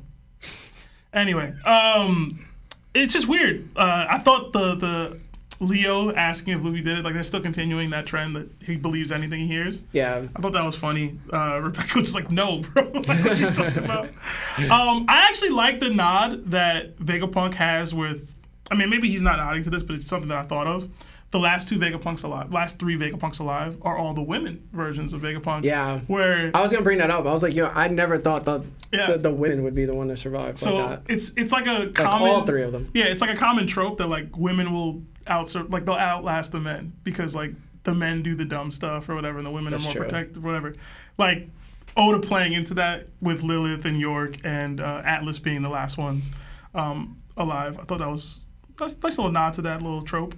And it's funny because we saw Lilith as the first Vegapunk, and then we saw Atlas, the second Vegapunk. Was York the next one? I don't think so. I thought we saw Edison or Pythagoras next. Yeah. But either way, it's just cool. I like the panel with Luffy and Dory and Broggy jumping onto the ship. I thought that was really cool. Like, it just looks dope. That was dope.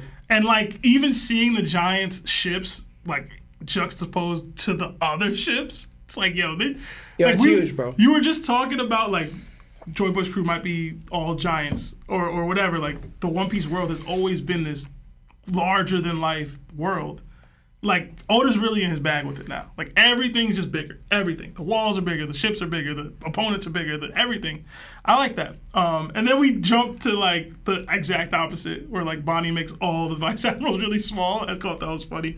I didn't get to shout Doll out last week for putting in work, but she a vice admiral, bro. Yeah, she bodied a giant pretty easy. She bro. did, but she got bodied just as easily. Yeah, You know but it's what I mean? against Bonnie and her power. Lionel duck smoke this week. That's all I'll say. I'm here to take it. I'm here to take the shots for you, Lionel. But you duck smoke, bro. Yeah, I mean, I don't have much to say beyond that. Like that was just kind of regular, Straw Hat interaction. I will say Luffy still looked really big. Was he still in giant mode? Or am I just looking at the panel wrong? Looking at the panel wrong. All right, because like... He doesn't get big until he goes to Gear 5, I believe. Yeah. Because I was like, yo, Luffy looked way bigger than Sanji. Like, in this panel, Sanji's just in the background, right? Yeah. All right. Yeah, beyond that, I didn't have much. All right. Law? I actually have a few comments on the Alabasta take here, right? And it kind of... This example right here sort of parallels Luffy and Roger, right? Or I should say what happened to Roger is happening with Luffy now. Yeah. How we know that Luffy saved Alabasta, and we could think of all the other countries or kingdoms that Luffy has saved, but they don't know about it, Like even we saw an example at Wano. Luffy said, tell them that Joy Boy did it, So they don't know who helped them, who saved them, who defeated Kaido. Right, so that happens a lot in what Luffy was doing, right? Or that the world government twisted the print, and like how we saw in Alabasta. I think some like the kingdom knows more people know a little bit more in Alabasta than I think Wano. Or it could be the same, but either way. But they printed it that the Marines saved, like smokers that took down Crocodile, or whatever, right? Well, to print the story and to make sure that Luffy is seen as the villain. Right, and now in this one, that Luffy seen as the villain that took out Vegapunk. We remind you of how Roger was viewed as the evil demon pirate, right? But we know that Roger didn't harm civilians. In fact, he helped them, just similar to how Luffy is helping civilians and kingdoms now, right? But we see how they viewed Roger back then, and now there's the same thing is happening to Luffy. Right, Luffy could be even marked down. What the world government has it is that he's this evil demon pirate. But we know the truth about Luffy is that he doesn't harm civilians really. He helps them, he liberates them. But the world government try to hold power. He's going to paint Luffy and Roger in that light, even though they kind of became these countries and kingdoms liberators, right? And I wanted to mention how York mentioning that the number of people accessing punk records, just determining who is left based off that, right? But we know Shaka, was shot by York, and Pythagoras was seen destroyed by S-Snake, right? But Edison was still shown to be alive. I was thinking the same thing. 11/16. Mm-hmm. We saw her talking with Stussy, yeah, right. We don't see Edison after that because it looked like he was kind of weakening, maybe even. He's a robot or whatever, powering down. I don't know how to word it. Right, but we still see him alive then. So it's been 2 chapters where we don't see him. 17 and 18, we don't see him. And I just wanted to comment how Luffy seems to be fine, or should I say, not completely drained after being in Gear 5th fighting a Gorosei. Could be signs that he's getting improvement with his form now in Gear 5th, or it's just like maybe he wasn't in as long as he normally was to fully drain him. But I thought that that was very interesting. Like, hopefully this is some growth where, like, because if he keeps like going Gear 5th, they popping out, eating reserves, they going back in. He's done that like a few times already. So maybe that's kind of what he needs, kind of like we talk about in Dragon Ball Z Super Saiyan, getting familiar with this form, how Goku and Gohan stayed in Super Saiyan for like this, not even like, battling, just resting in that mode to get used to this form. And we kind of think that's how what led Gohan to even Super Saiyan 2 and Goku eventually. So maybe the more time Luffy like not rushes, but like goes and takes this form, he gets more accustomed to it, where he could hold it longer or last, or without getting the side effects of like him being completely drained or weakened, which we know is like him just burning up all his calories or his food reserves in his body, why he has like no energy. You said calories? Calories. It's kind of like, you know, when you swim a lot, you like burn like thousands of calories, so you gotta fuel. That's basically what Gear is doing. I'll shut up. That's, you know, and just I'm not gonna say too much on it because I'm not trying to get into it at all. But I just want to mention, you know, I guess that the Vice Admirals don't know how to overpower someone's ability with Haki. You know. Hey, it took Law and them a while to learn that, bro. That's not like I don't think people. That's not like an average thing you could do. I could give you that, but I'm thinking is like you go by them, they're also young. Mm-hmm. It's kind of like new to the game. Yeah. Vice Admirals are veterans, and you know they're getting trained in Haki. You know what I'm saying? And then to further that same one is like, you're not doing it, just took out a giant. Mm-hmm. But that's all I'm gonna say. You know, and that's what I'm saying. Lawrence running victory laps over here. Hey, I'm just saying. That was Oibo and Kashi, bro. Huh? The whole thing, my whole point was that from what we see. About to get him started. No, you're not. I'm not. I'm saying I'm not trying to get into it, and I mean it. All I'm trying to say is that from what we see, is what I said last episode, is that they weren't showing from what we've seen with the Giants and Vice Admirals. They don't have the best showing, right? And I can even add now, since whatever so far, you know. But to me, that's not. Am I wrong for saying that? No, they haven't had the best showing. But that's where like we got into it with like Lionel, where he disagreed with that, and I was like. From what we see, they haven't had the best showing. But anyway, that's all. Fair. That's all. And yeah, that's all I have for now. Yeah, for me, I'm just like, how in the world is Koza allowed to be in Alabasta free like this? Yo, he started a whole rebellion. He is the environmental minister of Alabasta. Who gave this rebellious man who led thousands of Alabastians to their deaths, bro? Because he started saying, yo, we should revolt against our kingdom. We should take it over. Like, bro, he dragon. He a mini dragon, bro. They went to the gates to the point where, like, the country would have fell. He was about to clip he was going to clip Cobra, bro. Yeah. He was going to do it. Yo, bro, I don't know how he's allowed. I looked at this panel and I was like, one, how is he free? And two, why is he the minister of something?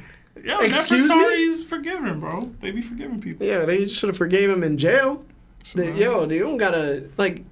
Vivi pulling right. His heart was in the right place, bro. This is what happens when people don't run the kingdom correctly.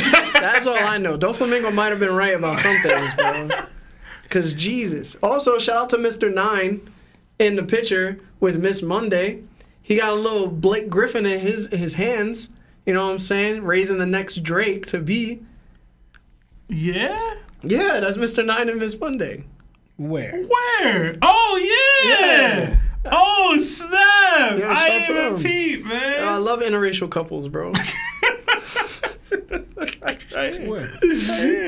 Oh, snap. Oh, man. I think if you were to actually ask me what satellites would survive from the Vegapunks, I would have never guessed it would have been all the women. And apparently, they're all violent. Yeah. Like Atlas is violence, Lilith is evil, and York is desire / greed. Yeah. And everybody, like all the good men, you know what I'm saying? The good men. Yo, Oda saying that those are the that's wild, yo. Yo. That's a little wild, bro. Yeah, bro. Shows the sexism. No, I'm joking. All his evil side is women. That's a little problematic, yeah, my G. Listen, bro. It's a little bit. Listen, for all the women out there, bro, he ain't lying. All right? He ain't lying. If you watch the show, he ain't lying. Yo, Mark. I'm joking. We're joking, by the way. We're joking. But Marv hit the thing. He said he ain't lying. He ain't lying. Yeah, let me hit it twice. I really loved, and it brings me back to like, do I love the old One Piece, like pre-time skip One Piece, or do I like post-time skip One Piece? And it brings it back for me because Luffy, as soon as he gets on the giant Pirates Warrior ship, he goes, where's Usopp and Chopper? Mm-hmm. Because they are the ones that get just as excited as him when they see like robots shooting lasers out their nipples, or like they see something like very grand and spectacular. He's like, yo, I want to celebrate with them. Yeah. I love that, bro, because They're it the brings kids like back him. that pre-time skip feeling, which is honestly one of the best feelings about One Piece. Because when you hit post-time skip, it's kind of like how people love Dragon Ball because of the storytelling, but they love Dragon Ball Z because of the powers. Yeah. And Yeah. It's like it's given that vibe now for me, and I think it's been given that vibe. I just haven't settled into it still, but Loki shows his age because those are the 3 youngest of the crew. yeah. So it's like, honestly, Bluegrass being 80 and then being turned to 70, turned to 7 must be crazy. Like, imagine let you me got, rock. Yeah. Like, imagine you got arthritis and now you just chilling and you want to eat fruit roll-ups.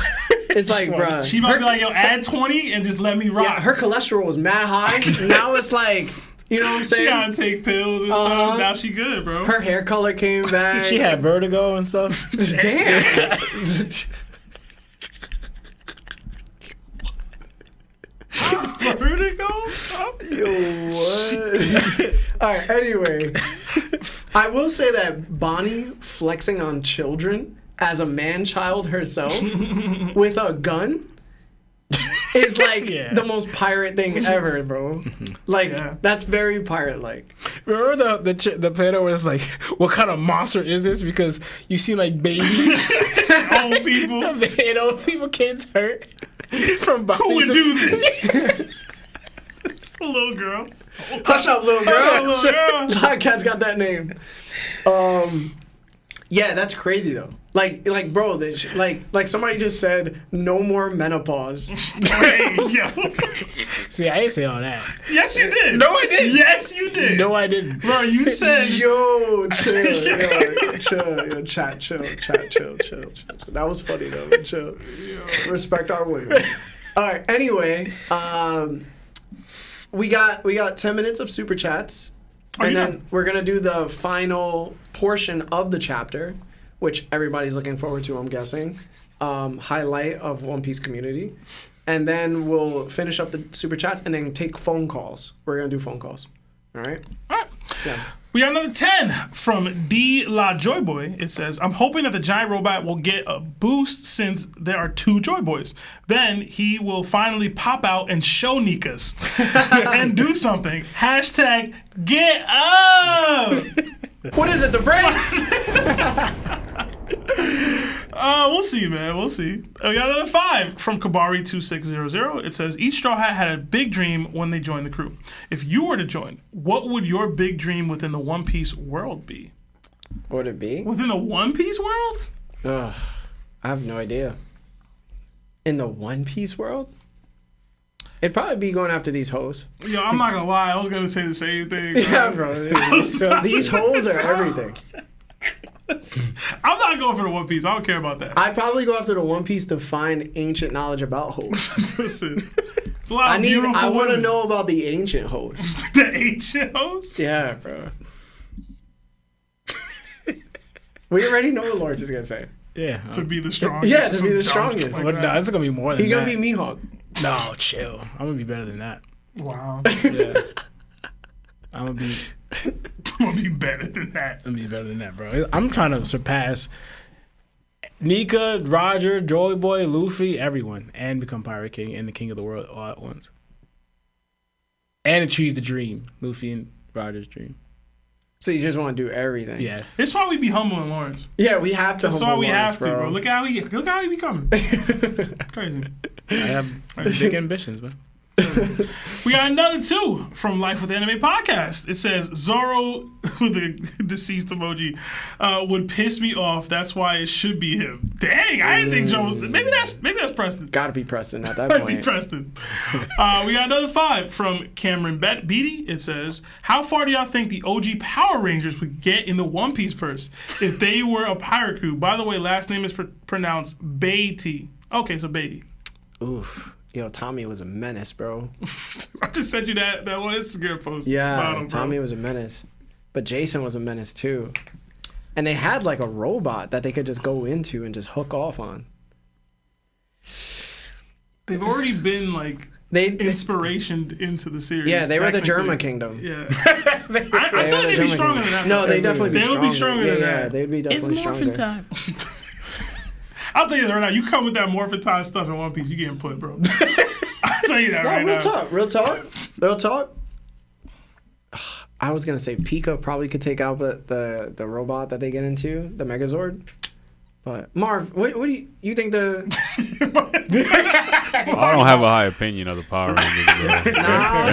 They're not making it far in my book. All right, yeah. If Marv says they're not making it far, I'm gonna just go with Marv. We gotta keep citing Marv for these cross-verse comparisons. Yeah, Marv definitely helps us out. We got another 2-month membership to Nakama status from GD Hale. It says, Larry has W takes with a thank you. Appreciate you. We got another 5 from Kirby. It says, sup, my Nakama. My fault.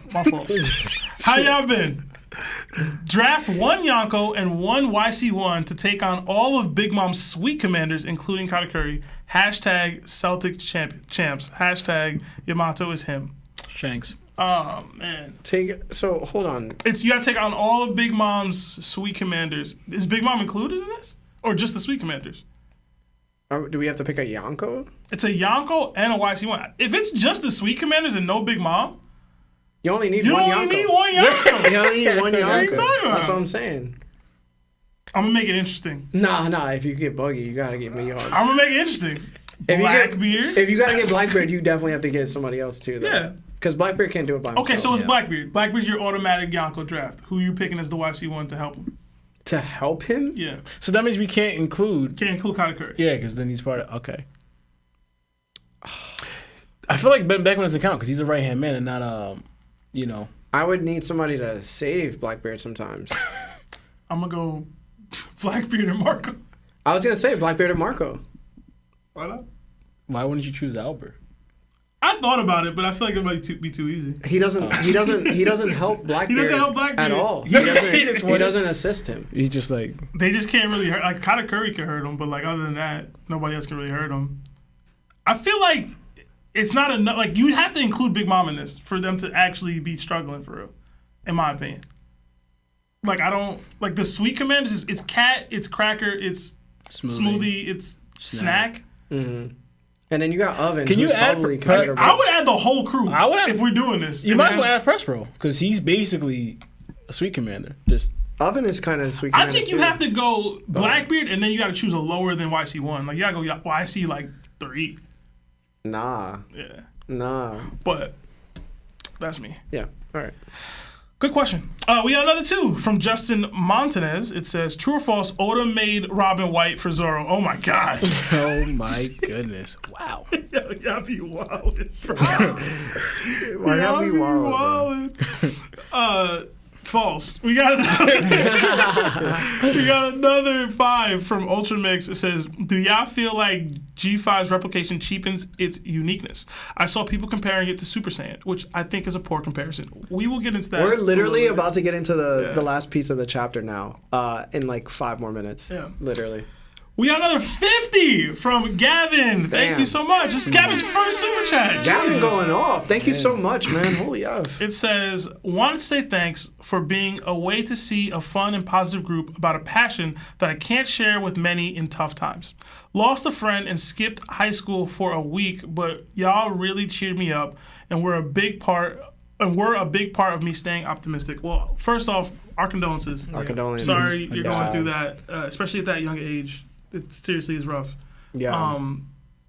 You in high school, why are you sending $50 super chats, bro? You ain't got it like that. Maybe he does. Maybe he does. Yeah. I know I was broke. You don't know his pockets? Listen, I was broke in high school. But thank you. I'm glad we could be anything for you in your time of need right now. So condolences again and thanks again.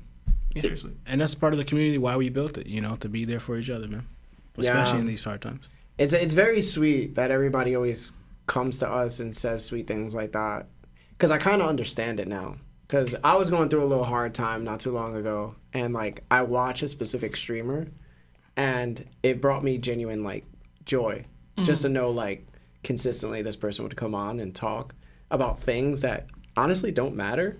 But they were, like, it gave me like a focus in a way for that little piece of time. So I will say, like, I realize what we mean to you guys, and I just want to say thank you. Like, seriously, I know you guys be out there like looking forward to every Monday. So we want to say thank you. Thank you for even sending us something. We appreciate it. You know you don't have to, but we love you that much more. So keep striving, dog. You know, and just know like storms don't last forever. Yeah, man. Keep your head up. And it reminded me of me in high school reading One Piece. That's a huge flashback for me, bro. Yeah, I was catching up. But yeah, we got another Nakama subscription from Quiggle D Puff. Enjoy all the emojis that come with being a Nakama. Another 5 from Kirby. It says Shanks got a crew full of bums. He's really on his LeBron arc. Hashtag we ain't seen Lucky Roo, Yasop, or Ben Beckham do nothing. That's not true. I can't get into all that. Lucky Roll legit had the first Body. body in One Piece. I mean, that wasn't much. It wasn't. That wasn't much. It's not a feat. In all honesty, It was a feat. We ain't see him move up to the guy. He just appeared. Yeah, he just that was appeared a there. speed feat in itself. Yeah, I suppose. We got another 2 from Kabari. It says, Larry, I think Oda met Mary would be the one to pass. Yeah, he's talking about when Oda. Yeah, Probably. they're still on that theory. Yeah. Unless we're that far back. I don't know. We got another 10 from Ass Ketchup, my fault. It says, you think Haki is becoming too powerful in the series and is overshadowing Devil Fruits? No. I think it's always meant to, Haki is always meant to be this. Yeah. It's the reason why it got such build up and took so long to be divulged. Like, that was the point. Right. Ultimately, you can weaponize your will. Your willpower can be manifest into something that you can attack and fight and defeat people with. Yeah. That was the point. It's the point of the series. Devil Fruits is kind of like the little playground beforehand, really. Like, obviously, Devil Fruits are important. And even now, Luffy's Devil Fruit is like, would he be this without it? Yeah. So, Exactly. I don't know if I can say that just yet. I will say that I started to realize like power systems in anime and which ones I currently liked the most. And like even though like I love certain animes and I wasn't a huge fan at first of Haki, I've started to grown to think this might be the best power system in my opinion overall. Because even though there are others that are more explained, more detailed, and it gives everybody like a limitation, I love the fact that willpower itself is in everyone, and you're willing to go as far as you're willing to go. Like you're not capped. You know what I'm saying? Like you could be anything. You could be a starfish and suddenly start talking because you willed yourself to. You could become the king of the pirates because you will yourself to. You're allowed to be this strong because you will yourself to. And I love that aspect because even in real life, as long as you will yourself to do something, you're going to do it. You know what I'm saying? I just feel like I don't know. Like I feel like that's the most relatable power system to real life in my opinion. And it makes it so much better. Yeah, we've had this conversation before, like what we think the best power system is. And that's the reason why I've always said, to me, it was One Piece. One, because Devil Fruits were always so zany, wacky, and interesting, creative. But we always had this underlying, ultimately, you're only going to go as far as your will takes you. Yeah. Your will can be manifested into strength in a way that I've never seen in any other anime, for real. Yeah. Like, in every anime, there's some power system. There's Reishi, and is Reishi in Bleach, right? Yeah. Chakra, Ki, whatever it is. Like, there's something there that there's a base for how strong you can get with that. In this, it's your will. And the show's about, like, achieving your dreams via your will. So, like, the fact that that's the point of the show and the power system, I don't think anyone's ever done that, at least as well, personally. As well, yeah. Like, maybe EPO, but, like, that's a whole different thing. It's not a power system. It's just, like, how far you're willing to go with your training and boxing ability. Like, you know? So, even, like, when we watched, like, Yu Yu Hakusho, and they mentioned, like, the spirit energy and stuff like that. Ultimately, Yusuke could build upon it, but he always needed something else to be stronger, and that's where like the demon energy came from because he was a part of this certain clan, right? But it's like, with willpower, you can amount to anything. You can be as strong as you want to be. You just have to have a dream that coincides with that will. And as long as you do, you're going to reach heights. As long as you're following it, chasing it, going after it, and earning it. Like, for example, I always harp on, like, Usopp and Buggy being terrible. But if Usopp and Buggy decide to go, I want to reach something and I'm going to do whatever it takes to get to that point, they will grow their willpower, their Haki. to that point, right? If Usopp ever locked in. Yeah.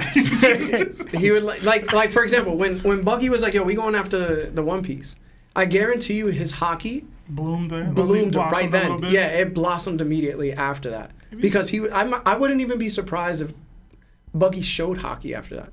Because now he has a goal and he's trying to reach it. Mm-hmm. That's willpower. Yeah. He looked at Mihawk and Crocodile and was like, we going after it, whether you say you want to or not. What did it say? You've been measured, tested, and found wanting? Mm-hmm. That was Buggy to Mihawk. Yeah, so that was dope. But anyway, guys, we're going to get back to the Super Chats. We're sorry we're taking so long to get through all of them. There's a lot. But we're going to get into the final part of the chapter now. And then we'll finish up Super Chats, and then we'll go into phone calls. So thank you so much for being here with us. We appreciate you greatly. Like the video if you haven't. All right, guys. Ready? Finally? Yep. Finally, someone notices that St. Mars is flying towards the Giants' ship. Sanji says it's the Gorosei again. He figured they wouldn't give up. Dory and Bragi told the Giant Warrior's chef to make Luffy food for him and his crew. But Luffy decides not to wait and eats everything possible because he needs it. Then we see St. Mars shoot a fire breath at the Giants, and they block it while protecting the smaller people on the ship. Bonnie suggests they move Kuma and Vegapunk's bodies. Atlas helps her. Dory and Bragi mentions they must do something about St. Mars because he won't stop chasing them. St. Mars yells out that he's not letting one of them escape. Frankie then notices a huge earthquake that shakes all ships present. We also hear Luffy say he's nice and full, so it's time to follow the beat. The drums of liberation start to play, and the marine ships start to float above water. St. Mars is taken aback. Luffy notices Bonnie in Gear 5. She calls him Nika, and Luffy wants to know who is that. Dory and Bragi recognize the drums of liberation as the Elbaf festival rhythm and start dancing. Luffy asks Bonnie if she wants to beat the Gorosei up. She responds that she can't. Just look at them. Luffy replies that he doesn't know how her power works, but she definitely can. So Bonnie thinks back to when Luffy used his power to show her how free he was, and she summoned her own power. She wants a distorted future where she is also the freest. Kuma's lifeless body looks on, and we get a monologue from Kuma's past to Ginny and raising her daughter. Then we see Bonnie has turned into Nika as well. She's in Gear 5, just like Luffy, and Luffy starts laughing. The Giant Warriors are shocked that there are two Nikas now, and Bonnie is happy she did it. St. Mars gets ready to attack.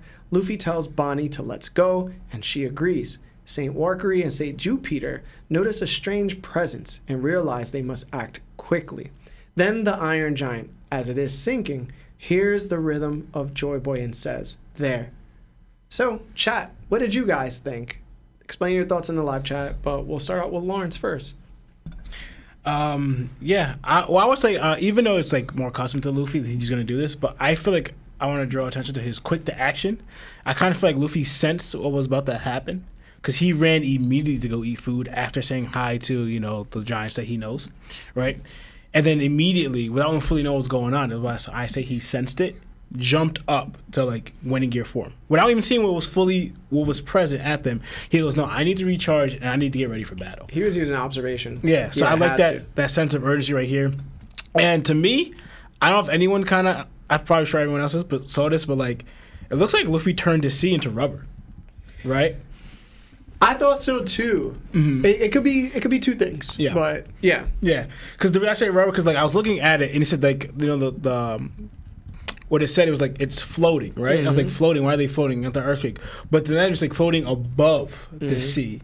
And then I'm looking at it. It looked like kind of like they're like bouncing off it. Mm-hmm. And while they're moving like the way it's moving like that, I was like, Luffy turned to rubber, and I was like, because we kind of questioned, would Luffy be able to do this, turn the sea into rubber? But it looks like his ability is able to even affect the sea, and we know that it nullifies him, so he could probably bounce off the sea, which is great. Which is crazy. Yes, absolutely. I think the only time we've seen people manipulate the sea was Aokiji, pre-time skip versus the Straw Hats. He turned it all into ice, which was like, we kind of thought like, well, he has a water-based power, maybe it could work. But then it's also like Big Mom kind of did it. with the sea, Right, but I that's think true. she was using some of the syrup. Yeah, she was. But she still manipulated the wave. Yeah. So I'm kind of like, Yeah. my bad. No, but you're good. It was a good point. Yeah. So now, honestly, what I want to get into, now this made me think up a whole bunch of ideas. I'm going to go straight into the end. Okay. Right? And one thing I have to say is, how is Luffy going to say to Bonnie that get up that against 5 elders, sensing their strength, that he doesn't know Bonnie's powers, but she can do it, as in beat them up?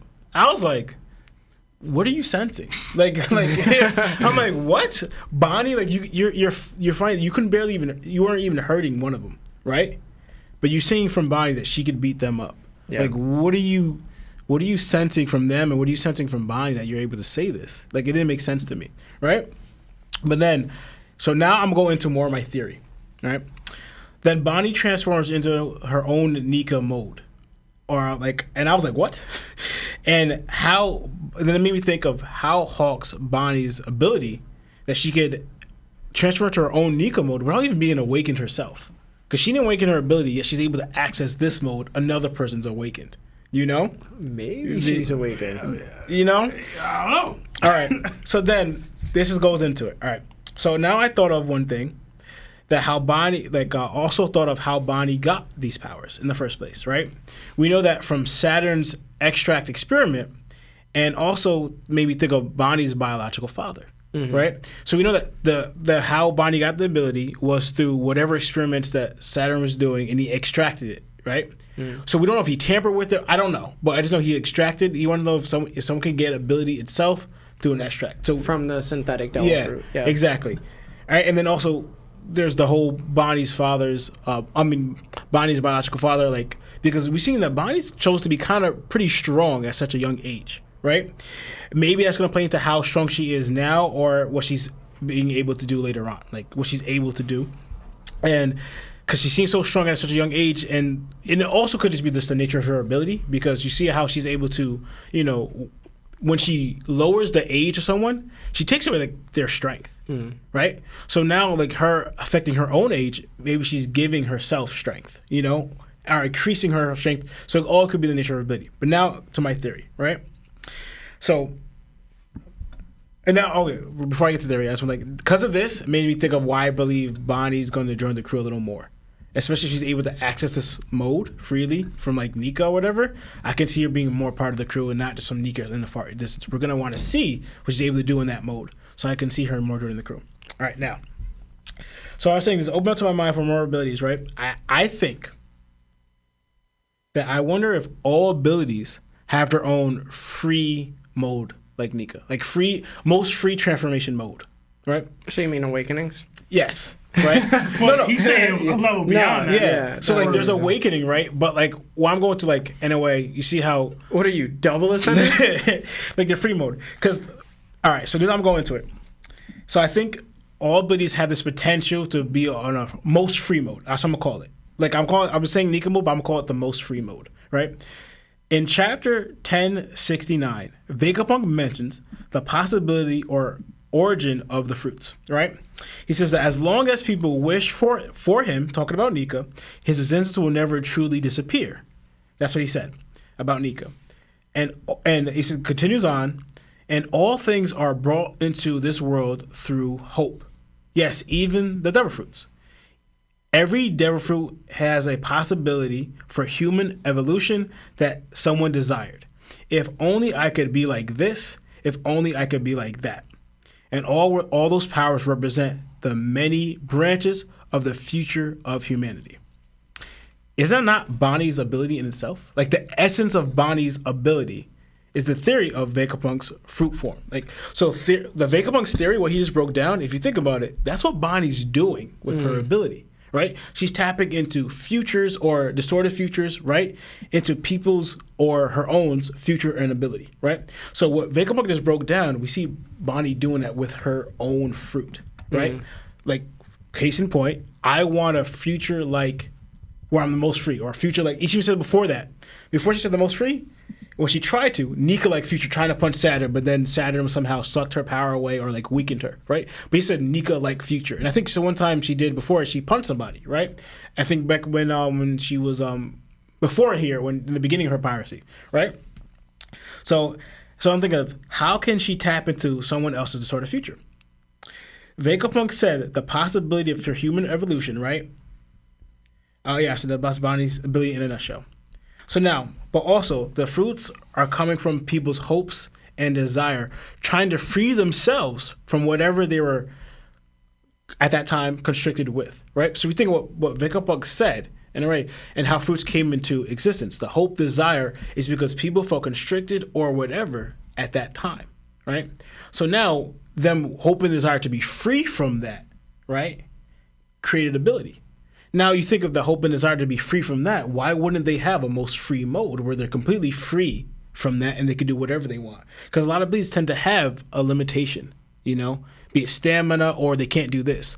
But to be fully free from that thing that constricted you, you need to be most free like that, Because then, we're getting into the more origins about where fruits come from.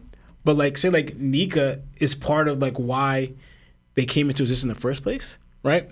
He's most free. Why wouldn't the other fruits be as well? So I was linking, for example, how Vegapunk said that Nika would always be around when people, desired or wished for him.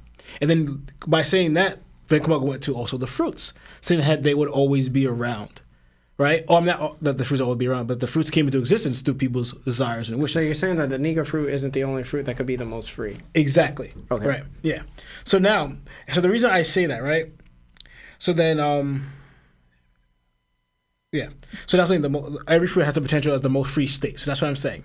But also I want to tap into that we also seen an example of someone else tapping into someone else's ability with their own ability. Why I'm connecting it also too with how Bonnie was able to tap into like her most free state like Nika. And that is Law. We saw Law while fighting Big Mom tapped into or used Cortizone's ability, right? When they were fighting, he silenced Big Mom. We know Cortizone's ability is able to take away sound away from himself and other people inside his room or whatever, right? Law, when Big Mom was being, getting shot by like Punk Hazard or whatever, and then because Law even says that the amount of screams that Big Mom's going to have them because she's talking trash to them, but also getting hit by this attack, all that stuff. She's going to be yelling and banging into stuff, all that stuff. But I'm going to silence it, cutting off all sound, right? So he says he makes a room around her and says silence. Now, no matter what Big Mom says, yells, or bumps into, she makes no noise whatsoever. You see that while she's falling down, crashing into things, Yamato even says it. How come there's no sound coming from her? Yeah. Right? So we have examples, at least at the current one I thought of here, where someone else tapped into someone else's abilities, power, right? Through their own will or the use of it, creativity, however you want to put it, right? Now we see another example where Bonnie does it with Luffy. So I'm using this to say that there's a possibility where like every fruit has the potential of reaching their most free state. You just got to get it there somehow, through whatever your strength of your ability, how far you take it, or your will, or how you want to put it, whatever. But I think they have that potential to reach this state. And I don't think many are going to do it, but I think it's there. So that's my theory. Okay. Not a bad theory. Double awakening. Double awakens, bro. Double awakening. It's like double stuffed. Wow. Okay. Double stuffed Oreos. What are you guys talking about? I was talking about Oreos. 69 cents. Oh man! All right, so the community's been going crazy about this part of the chapter, which I didn't expect personally. Oda's been wilding for a while with Gear 5 in itself is already like him wilding. So I didn't expect the reaction that it got. But me personally, I enjoyed seeing Bonnie like that. I thought it was funny. I thought it was dope. As far as super chats we've gotten and the overall reaction about like it's cheap that Bonnie's able to just achieve Gear 5th levels by just I want to be the freest and believing. Yeah. I will say a couple things in regards to that. To me, one, I have to see how strong this actually makes her before I give harsh judgment on it. if she can just move in the way that Luffy moves a little bit, okay. If she's conquers coding hitting people, I'm going to have a problem. I'm going to say that right now. Yeah. If she's out here able to just like, all right, now I have Conqueror's coding and I can compete with Yonkos and I can knock Shanks out and I can slap an Admiral. Like, if she can do the wacky stuff that Luffy's doing, I'm not having an issue with that. I'm going to be fine with that. If she's able to one-shot Admirals now, yeah, that's too much. I'm going to be like, okay, yo, we doing too much with that. I'm going to have a problem. But in regards to the fruit being able to do this, I didn't think it was, I thought you even, I was talking to Charles when he read the chapter. He said Larry called this, that she might be able to do this. In one of the chapter reactions, it might have been the chapter reaction you were at with him, that like, yo, what's stopping her from doing that? Yeah. If she believes enough in something. She sees Luffy actively present. Her Devil Fruit isn't like other Devil Fruits, which is why I actually do have a little bit of pushback on what you were saying, Lawrence. She doesn't have a standard Devil Fruit the way other people do. Hers is an extraction experiment that was given to her in some weird way. Everybody else's is like, I ate a fruit. Hers ain't like that. Yeah. She has different capabilities and different drawbacks. So like her having this, I believe in something, I didn't see an issue with her turning into Nika. Again, if she's now capable of tapping into like Luffy level Conqueror's attacks, I'm not gonna like that personally. I'm just not. But we're here. Also about the fruit, I saw a lot of comparisons to like when in Dragon Ball Z. It's funny you made the double ascendant joke. When like Goten and Trunks were able to turn Super Saiyan, they said it cheapened all the training and effort that went into. There was trauma behind turning Super Saiyan. Yeah, there was, and I agree with that portion of it in that regard in that anime. We didn't get this like, if they had some sort of notion like, okay, if you're a half-blood, it's easier or something, because for whatever reason, the non-full Saiyans were able to turn Super Saiyan much easier than the full Saiyans. Never understood that. Whatever. It was a progression of how power scaling needed to be at that time in anime, in that anime specifically. With Bonnie and Luffy, again, I need to see more. Because even when Goten and Trunks were turning Super Saiyan, they weren't just, I could beat Frieza now. You know what I mean? Like that chill out. I always thought they didn't get that. They didn't get that. You sure about that? Listen, I didn't feel that. Yo, Marv, what you didn't feel think? You think Kid Trunks and Kid Goten would have beat Mecha Frieza? We can't. They were fighting 18 a little bit. No, Goten and Trunks were fighting Boo, weren't they? Super Boo. Listen, and Super Boo is definitely stronger than Frieza. They were fighting him together. Either way, that's neither here nor there. Maybe I'm wrong. Either way, to me, there's a lot more poetic justice to this moment that made me like it in the moment when I read it. Because, as I talked about, Bonnie's not a regular Devil Fruit user. She's an experiment caused by Saturn, whose entire MO is to make sure Nikas don't exist, right? But he helps create this Devil Fruit, and now there's two Nikas as a result of her believing in something that he was actively telling her doesn't, like, you can't do this. You're too weak. Because you don't believe, you're losing faith. She's gaining faith. It's more of the more the reality sets in. Exactly. And she's spitting in the face of that. So I like the poetic justice of the moment when I saw it. And I was like hoping we'd see an instant like Saturn reaction. And like maybe I wanted more from that in that element of it. Beyond that, to me, I was going to say this earlier. Like, this isn't about the Bonnie part of it, because I'm kind of done with that. But like, anytime I see Luffy eating food, it feels like a video game checkpoint. We're like, yo, something's about to pop off. So like now Luffy got to eat food to get ready for whatever's about to happen in the series. That's so funny. And I was like, yo, this is like proof positive. Because like now it's like, all right, we got to escape and do whatever. Let's make sure Luffy eats real quick so that he can tap into Gear 5. I don't know if I like that or not, but I'm starting to notice that a little bit. Like, we need Luffy to eat, therefore, there was enough food on the ship. Like, they got to the ship in enough time. He's eating, and now we have this. I had the same reaction as Lawrence. Why did Luffy think she could do this? Like, I'm trying to remember interactions that they've had that he saw where her ability is beyond the de-aging and aging. And I was like, I didn't go back and do the research. I didn't see anything. Like I didn't go back, so maybe I'm tripping. Why did he think that she was capable of doing this? That makes no like, sense. is it future sight? Like, is it like why did he go, yo, you can do that? He probably knows the Gorosei ain't really like that. I think that this was the first time that I was ever like, y'all have all these conversations about whether or not the devil fruit is influencing Luffy's thought processes and feelings. Yeah. I was like, does the fruit know that she can do it? Like, why does Luffy know this? Like, there's no reason Luffy should know this. And maybe I'm tripping. But, again, I talked about the poetic justice of it. Last piece on that, Kuma saw this. The whole thing with my parents raised me and they believed in Nika, and my pop got clipped trying to dance like him, and he taught Bonnie who Nika was and preaching and all that. All of it is like, this is the culmination of that. Like, Bonnie ended up being able to become Nika. And now there's two. I actually love that. And I know I'm not normally the cheesy, heartfelt dude. Seeing Kuma, even though his face is deadpan and he can't actually react, like, I thought that was great. Yeah, I did. Yeah. So, again, I need to see where Oda's going with it as far as where she's scaling. People make jokes about if she joins the crew, is she now stronger than Sanji? Like, listen, if she's doing real Gear 5th stuff, hey.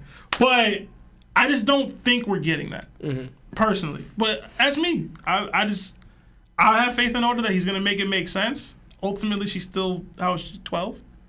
She's still, like, really young. 8? How old is Bonnie again? I don't even remember. She's like 9. She's like 9, 10, whatever. Yeah, She's something like young. that. She's 12 now. Yeah, she's 12. Yeah, Either way, 12. she's pretty young. We'll see. We've talked about whether Bonnie's a conqueror. I do think it's possible, to me personally, that she is. And whether or not she's able to like use Conqueror's attacks because of this form. You gotta stop, bro. Yo, You gotta stop. who's been through more than Bonnie and not giving up? For real. You gotta stop, bro. Yo, Bonnie could totally be a conqueror. She could. If She totally could. I'm not saying And she Gear 5 right now. I'll tell you right now, she's more of a conqueror than Usopp. But if Oda gives her conquer, he just handing them out now. Yeah, he Listen, really is. just yo, why He just are handed y'all them out, bro. knocking Bonnie's potential conqueror status?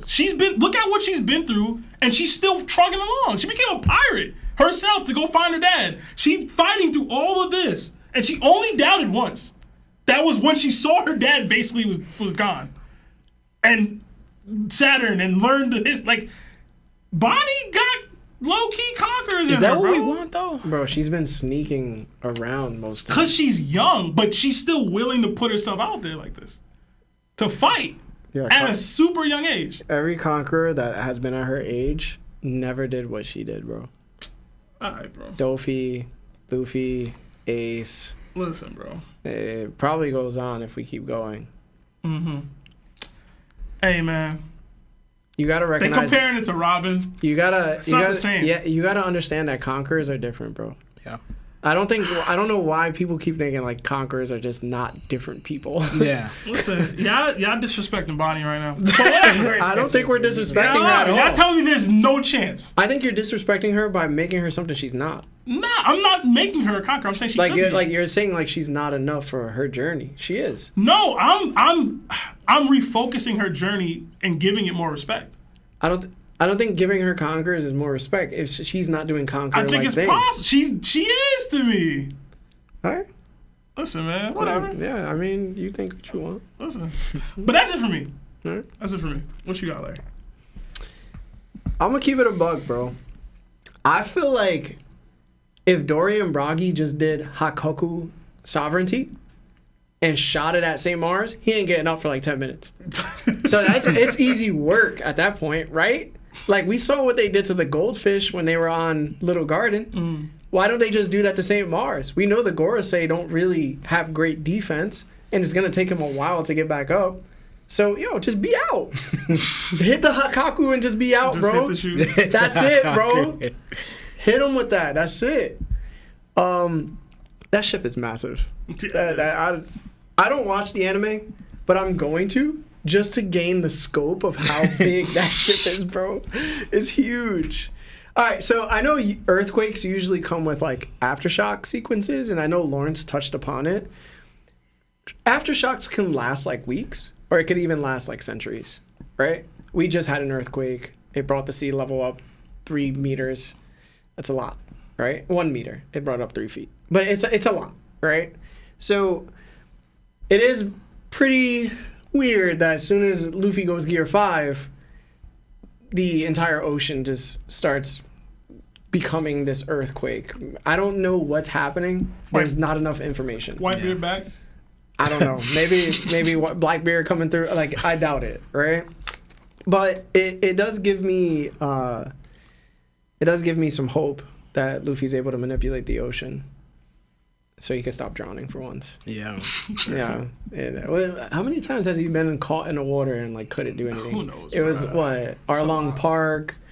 He was in the water. It's a lot. He fell in Skypiea. Mm-hmm. He's fell a couple times. Dude, I've always liked it. dude. It was funny. Yeah. His piracy could have ended in Nell's lobby. Remember that little girl was just trolling around and sees Luffy in that whirlpool? It's like, done. They're like, what happened to Luffy? We out here fighting, the CP0. I mean, CP9. But I will say this: if that is true, then everybody's theories regarding Luffy's dream of wanting to swim is wrong. Because now you don't even need Wanting to He could- swim, bro. He could just walk on water. He pirate Jesus, bro. No. I mean, I don't think that's against the beyond the pale. I don't think Yeah. he can't walk on water. Right? It'd Am I be true? more like bouncing. Yeah, he'd be bouncing. Bounce on it. He'd have Okay. He'd have a water bed. All right, but anyway, we have more 𝐴𝐵𝐴 lore. We have more 𝐴𝐵𝐴 lore. We didn't know too much. Now we got some. The drums of liberation are indeed a winter solstice festival rhythm. The giants even danced like Kuma did, and Vegapunk and Kizaru and Sentomaru and Bonnie when they were younger. How come and they even danced the Kuma's first time? dad. They know the dance. That's pretty crazy. We gonna get that panel. Yeah, 𝐴𝐵𝐴. yeah, we're gonna get that gonna panel. be It's gonna be wild. crazy. It's gonna be a double spread, triple spread. It's going. You better spread it open. All right. I would also like to say, I told you so. Luffy at the beginning of Egghead was displaying forms that were similar to Gear 5. And I told you, you remember at that conversation, I was like, yo, I don't know if he's controlling his powers too much because they keep coming out. And he's done it twice during Egghead. He did it when his hair caught fire and he turned into like whatever mode he was in because he was upset. I think at Zoro because he wanted to go to Maddie Joa, or I might be misremembering. Yeah. But also when he went to Bonnie and showed her his power, he was doing Gear 5 things. We've never seen that with any gear before. He's never randomly went into Gear 3 or Gear 2. That was always activated. Gear 5, he's now just doing it in base form. So it's like that question still comes up. Yo, like Sebastian said, how much is this devil fruit still influencing him, bro? Like, just because he opened the gates to Gear 5 and realizing the truth of the devil fruit, is the devil fruit now seeping into his own will? How much of it is like, you know, a tug of war now? We don't know. Maybe we'll get something on 𝐴𝐵𝐴. Yeah.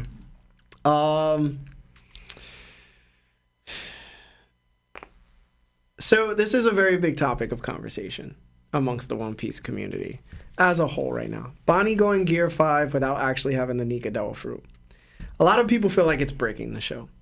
I feel like you guys have mentioned a little bit on it, right? Her abilities are broken. They are, to an extent. But so is Luffy's. Yep. And Luffy can only do this for about 10 minutes.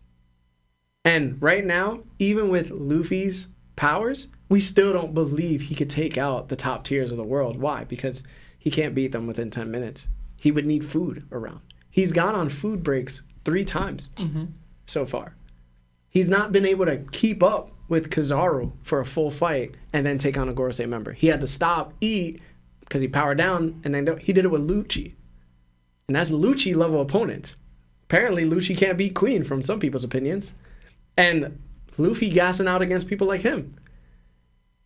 So to say that her power is OP or broken, Oda has always made sure that he kept those characters in check. So I think that She'll be able to use whatever Nika ability she wants, right? But she won't know how to throw a punch. She won't know how to stop herself from spinning the same way Luffy couldn't when he was fighting Lucci. You know what I'm saying? Like, there's going to be things that she has to do, but also it's a devil fruit. You don't think that there's somebody out there that hoped or desired that they'd be able to copy anything at all at any point? We have 2 devil fruits that could do that now. Right. No, we have 1 devil fruit. We have Mr. Twos, Bunclays. He could copy any person's face. So there had to be a devil fruit better than that says, yo, I can also copy something else. And who's that? Katarina Devon. I think that's the other thing. It's like people were bringing up like it was Haki overshadowing devil fruits. And it's like, yo, we've always had Hawk's devil fruits. Yeah. Like we've always had, yo, I put in all this time and effort and work into my body and training and trying to be strong. It's like, all right, well, I just ate this broken ass devil fruit. Exactly. So what's up? And like we're getting that again. People got a problem with it. It's kind of funny to me. But I think Oda sets you up by saying Luffy's the chosen one, but now somebody could replicate that power and also be the chosen one, and now Luffy's not so special. But then they already had a problem with Luffy being special anyway. So it's like, yo, you keep turning these tables on me, dog. I won't knock people for not liking it. Because if you don't like it, you don't like it. If you don't like Gear 5, you don't like it. You know what I mean? Yeah. I can't knock you for not liking it. It's just funny because I have seen the same people with these complaints have the other complaints. Exactly. And I'm like, you got to pick a side. You got to pick a side. For me personally, I enjoy it because I know it's not going to be too wild. Yeah. Because Luffy already, with all his experience of this devil fruit, could barely last 10 minutes. Barely last 10 minutes. Yeah. She has no experience with this devil fruit. So you have to take with a grain of salt every time she copies an ability. She's never going to be as great as the person who has the ability. Another person that's like that is Shang Tsung from Mortal Kombat. Have you ever played Shang Tsung? You copy somebody, and then you tried to be Sub-Zero, and you're like, yo, I don't know Sub-Zero's controls, though. How do I throw this ice ball? So you're like, you're super trash compared to this person. So I would look at it in that aspect, and I think it's very, very dope that Bonnie gets to become Nika, like Sebastian said, after so long. It's pure poetic justice, and Kuma seeing it and noticing that this is a real thing, it makes you believe, like, one, anything is possible, and that's basically Luffy's goal to everybody is to do anything that you want to do. And I think that he knows the 𝙏𝙝𝙪𝙢 are dangerous. He doesn't know Bonnie's power, but Luffy is of the person that says you could do anything you want. Believe in yourself. That's it. Believe in yourself, you're going to accomplish it. He probably doesn't think like hockey training is involved in that thought process, right? He thinks she could just smoke these dudes, no problem. But he's like, yo, like, honestly, you would be helping me, like, in some sort of way. And I think that's who Luffy is. You got to appreciate his character in every way. That's what he does. Yeah, I actually wanted to add on that because I was thinking about it before, and I forgot to write it down. But I actually want to do a little bit, not too much, that compares with, like, how Luffy is with Bonnie. But you guys complain this, but, like, look at what Luffy did for Momo, right? Momo's biggest terror, biggest fear was Kaido.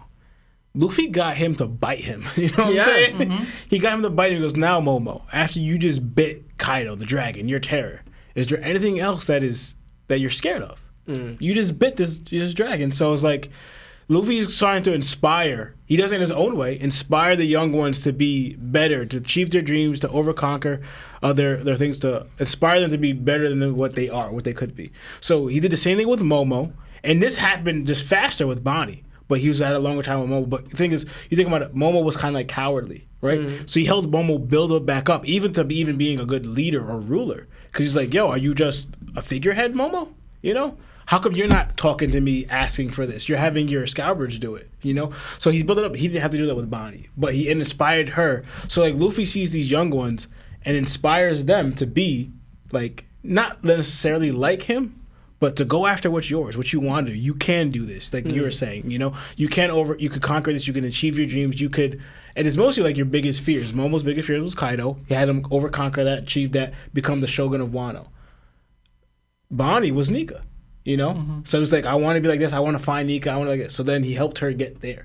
So that shows that the type of liberation that Luffy also does. He doesn't free you just from like your physical things, but also like in Ace kind of showed it, right? To Yamato, right? It could even just be like maybe a D trait that they do. Because like when Ace said to Yamato, he has you in chains, but why do you allow him to chain your heart? right? Luffy's in this space is helping people to break free of those chains that you're putting in mentally or emotionally or whatever, physically. So it shows that D-Clan, because the A's did that for Yamato too, where it helped Yamato break free of that. So it shows that 8 D-Clan members, that could be part of their trait, what they help people do. You know, they seek freedom in any way they can, and they help others with whatever thing that's restricting their freedom, achieve that freedom as well. Yeah, well, two things on what you just said. I thought that was very well put. One is Luffy reaching elite Unk status with that. And 2, I had another example, but y'all not gonna like it. Technically, Blackbeard did that without Kiji. Technically. No, he didn't. Technically. No, he didn't. Very technically. Very technically. Okay. No, he didn't. Yes, he did. But I will say, like, listen, man, having a female Nika is dope. Joy girl, bro. Joy girl. We out here. Joy girl for real. Joy girl for real. And Luffy needs the help. He ain't using Rio or Advanced Conqueror's coding, so he might as well get somebody else to help him fight. The Gorosei gotta be tight. There's 2 Nikas, bro? What are we doing? These Nikas just keep on coming.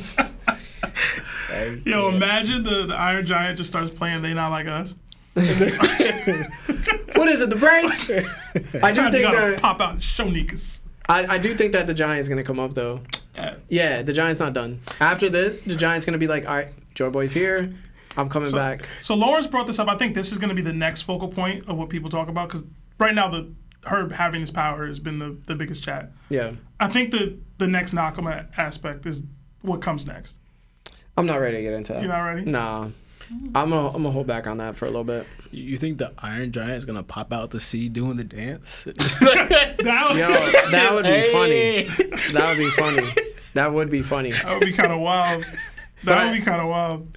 But like, if my theory rings true about the drums of liberation being the rhythm of life, and there's 2 Nikas currently giving the rhythm of life to this robot, I can see how this robot might be a little OP. I hope it does Burning Finger. From G Gundam. Oda, you be biting so much, please. Please do that. Yo, bro. I love G Gundam, bro. Oh man, I didn't even like Gundam, but that attack got me hyped bro. every time. Single time. Every time.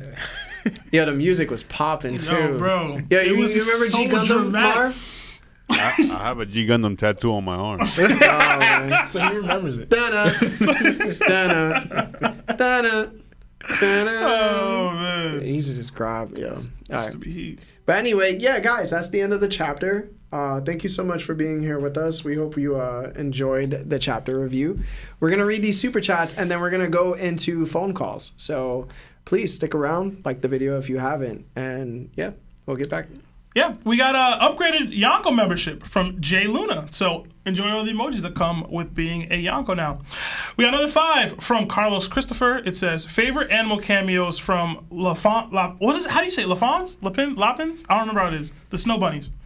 Heplin, Luffy and Drum, the Dugong, the Lafons helping Luffy and Drum Kingdom, the Dugong homies both in Alabasta and after the Dressrosa arc, and Sarume.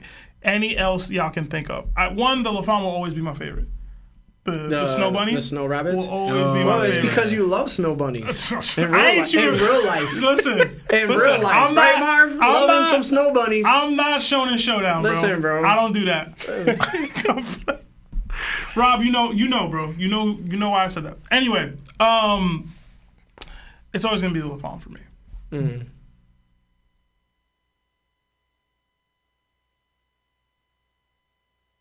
What do you want from us? Yeah. To answer, bro. He asked us a question. I like the Dugons. Okay. I do. They remind me of like a Super Mario creature. Okay. Yeah. And plus they know hockey. The Dugons are I think they rock the law. Yeah, he punched the law with hockey. Isn't that filler? I'm gonna take it as canon. I'm taking it as canon. Yeah, Bruh. it was funny. I didn't watch that, so I don't remember them. Hey man, I skipped that filler. It was elite. There's probably other ones out there. I did also like the homies in general from Big Mom stuff, but that's like a more of a variation. It's not really a specific. That's scary, animal. bro. I don't like that. Randolph was fire. The little Randolph was cool. Yeah, I like Randolph. Everything else wasn't that exciting though. Listen, bro, I like the homies. Yo, the lake tried to drown people. That was scary, from what I remember. Yum. We did get another 27 SEK. I don't know what that is, but thank you. From Hoppy Blitz. It says, Katakuri beats Yamato. I could see it. I disagree, but I could see it. Good fight. Yeah, I think fight. it's going to be high to extreme diff either way. Yeah. To me. We got another 5 from Afghanistan. It says, Zoro gets more cheeks than Sanji. Cook would have folded in Thriller Bark. Love the pod. Impatiently waiting for Mondays every week to get topped. Yeah, I got to stop using... we didn't think of the name well enough, bro. Oh, man. I feel like canonically they're both not getting cheeks like that, but... Who we talking about? Zoro and Sanji. Sanji definitely not. I feel like Sanji pre-meeting the Straw Hats was alright. Absolutely. He's been terrible since. Sanji ruined him, man. Every shot he shot, he landed. After, Yeah, bro. he like 0 for 1,000. Yeah, no, we say Nami ruined him. Yeah, now we I ruined him. guess. We got another 5 from Roy Stokes. It says, thank y'all had to spend 20 to show him how wrong he was. That's the guy with the bet earlier about Usopp and not Mori. That was insane. Yeah, that's crazy. Another 2 from DJ. It says, what the hell even is that above Whitebeard's lips? It's a mustache. Yeah. It just grows upwards. It's beard, bro. Daddy, chill. We got another 5 from King PSOS. King Pesos, I guess. Finally caught another live, but I'm not staying too long. You guys make my night. Shifts easier. Oh, thank you. Hashtag TOPT, best book club in the land. Oh, appreciate you saying that. Thank you.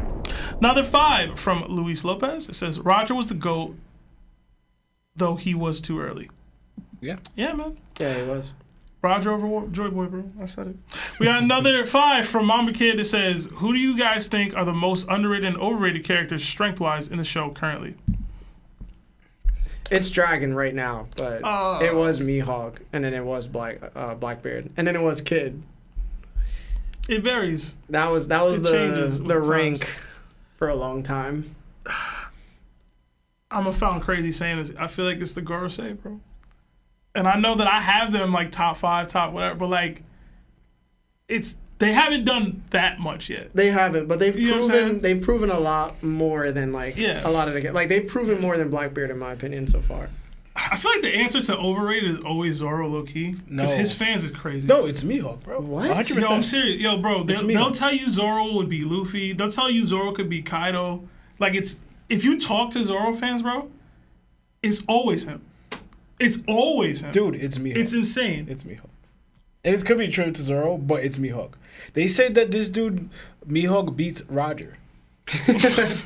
Like, I don't even understand. You're right. You're right, bro. It's bad, bro. You're right. But like Dragon might be over Mihawk at this point. It really might. It's definitely Dragon then Mihawk then Blackbeard. What about I underrated? feel like Blackbeard's both, yo. Underrated? Nobody's rated him accurately yet.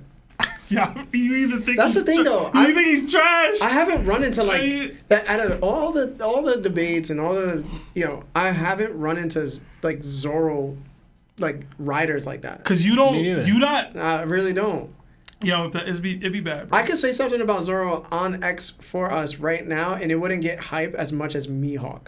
Like I could just say Mihawk's name is Mihawk, and somebody be like, "Nah, yo, what are you talking about? It ain't just It's Mihawk. not just Mihawk. It's the world's strongest swordsman, Mihawk. It's crazy. And don't forget, the strongest is in his title, and his name is in his title. And you got me all flustered and mad. This is why that One Piece sucks. Hate that One Piece talk. Yo. You boom out. Boom all in your mouth. That's literally how the conversation goes. Maybe I don't interact on Twitter enough, And then like I guess. their eyes are cross-eyed like that, and they be yelling like, yo, that's how it is, bro. And then they'll tell you like, you're not reading the manga, bro. Yeah. That's And wild, bro. Yo, I'll be like, what? I just said Mihawk's name is Mihawk. It's Dracula Mihawk. It's Dracula Mihawk. Yo, You got the big D in the front, man. See? I don't even know what y'all talking about. Y'all suck. Suck ass podcast. That's why nobody watch y'all. Oh man, like the stream, y'all. We got another 5 from King Pesos. It says, also, how do you think Usopp's dad is going to react to his son not being a brave warrior of the sea? I mean, he is brave at times, but not always. Hashtag law gang. He gonna shoot him. I don't give a damn what Usopp got to say. I'm gonna be honest with you. I hope Usopp punch him dead when he see him. He not. Listen, bro. We got people in the chat saying Mihawk surpassed Roger during his execution. Oh my goodness. That was the moment. No. Even Marv know that's some cat, bro. This just happened. It just happened in chat, bro. They could be trolling. I guarantee you, they not. We got another 5 from Diamond Life. It says, what if the D-Clan members received Joy Boy's pain or part of his soul as an initiation to be bestowed with the initial D and be Nakama to Joy Boy? I feel like that's a lot of existential stuff we talking. How, like somebody with Kuma's fruit, like was pushing parts out and giving it to him? Push it. Push it good. You're going to have to detail that one out a little bit more for me, Diamond, for me to fully understand it. Thank you.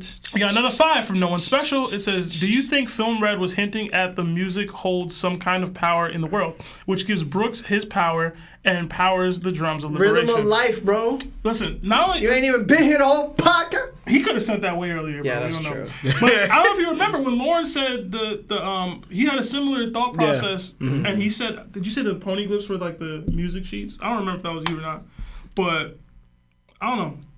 There's something to do with music. Clearly, the rhythm is working. I had a theory. Imagine Robin remembers like the entire poneglyphs and they are music sheets, and then she tries singing it, and she's just terrible. And that's how we hear the One Piece through her terrible singing. Have we seen Robin sing yet? I feel like we did in one of the movies. Oh, maybe she was dancing. No. I don't know. Yeah, I don't remember seeing she need to dance some more. Robin Trying to dancing. see something. Word, bro. For the 9/9 2000.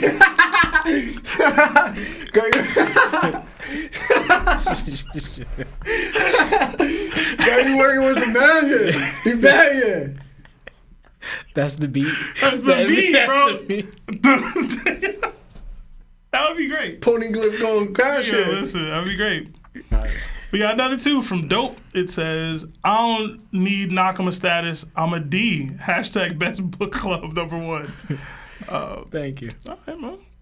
Got another 20 from Meeks. It says, do you guys think Rayleigh knew Luffy was Joy Boy when he saw Luffy's Devil Fruit, since he knows about the whole world and Joy Boy? I want to say no. I've been leaning heavy into they knew the truth, but like Luffy's fruit is still technically not that, right? Nah. Like when you see him. Rayleigh didn't know. Yeah, I don't The reason why is because Rayleigh the first time believed in Luffy when Luffy said what his dream was, which was the same thing as Roger's dream. Well, that was to Shanks, not to Rayleigh. Nah, when he Am said I his, tripping? nah, he said what he wanted to do, like his dream, and then Rayleigh was No, like, it was to Shanks, right? That was to Shanks. Yeah, it was to Shanks. When Rayleigh flashed back "Oh, to Roger, Rayleigh was told by Shanks." Yeah. Oh, that's when he knew though. Yeah. And like it wasn't like, yo, by the way, he ate the fruit. Like, Yeah, no. I mean, maybe it was, could've but been. that would be so whack. Because the Shanks would Because that means by that the Shanks would have way- known what Shanks the One would Piece is. Shanks would have known. So I like to think no, because I like to keep those moments what they were.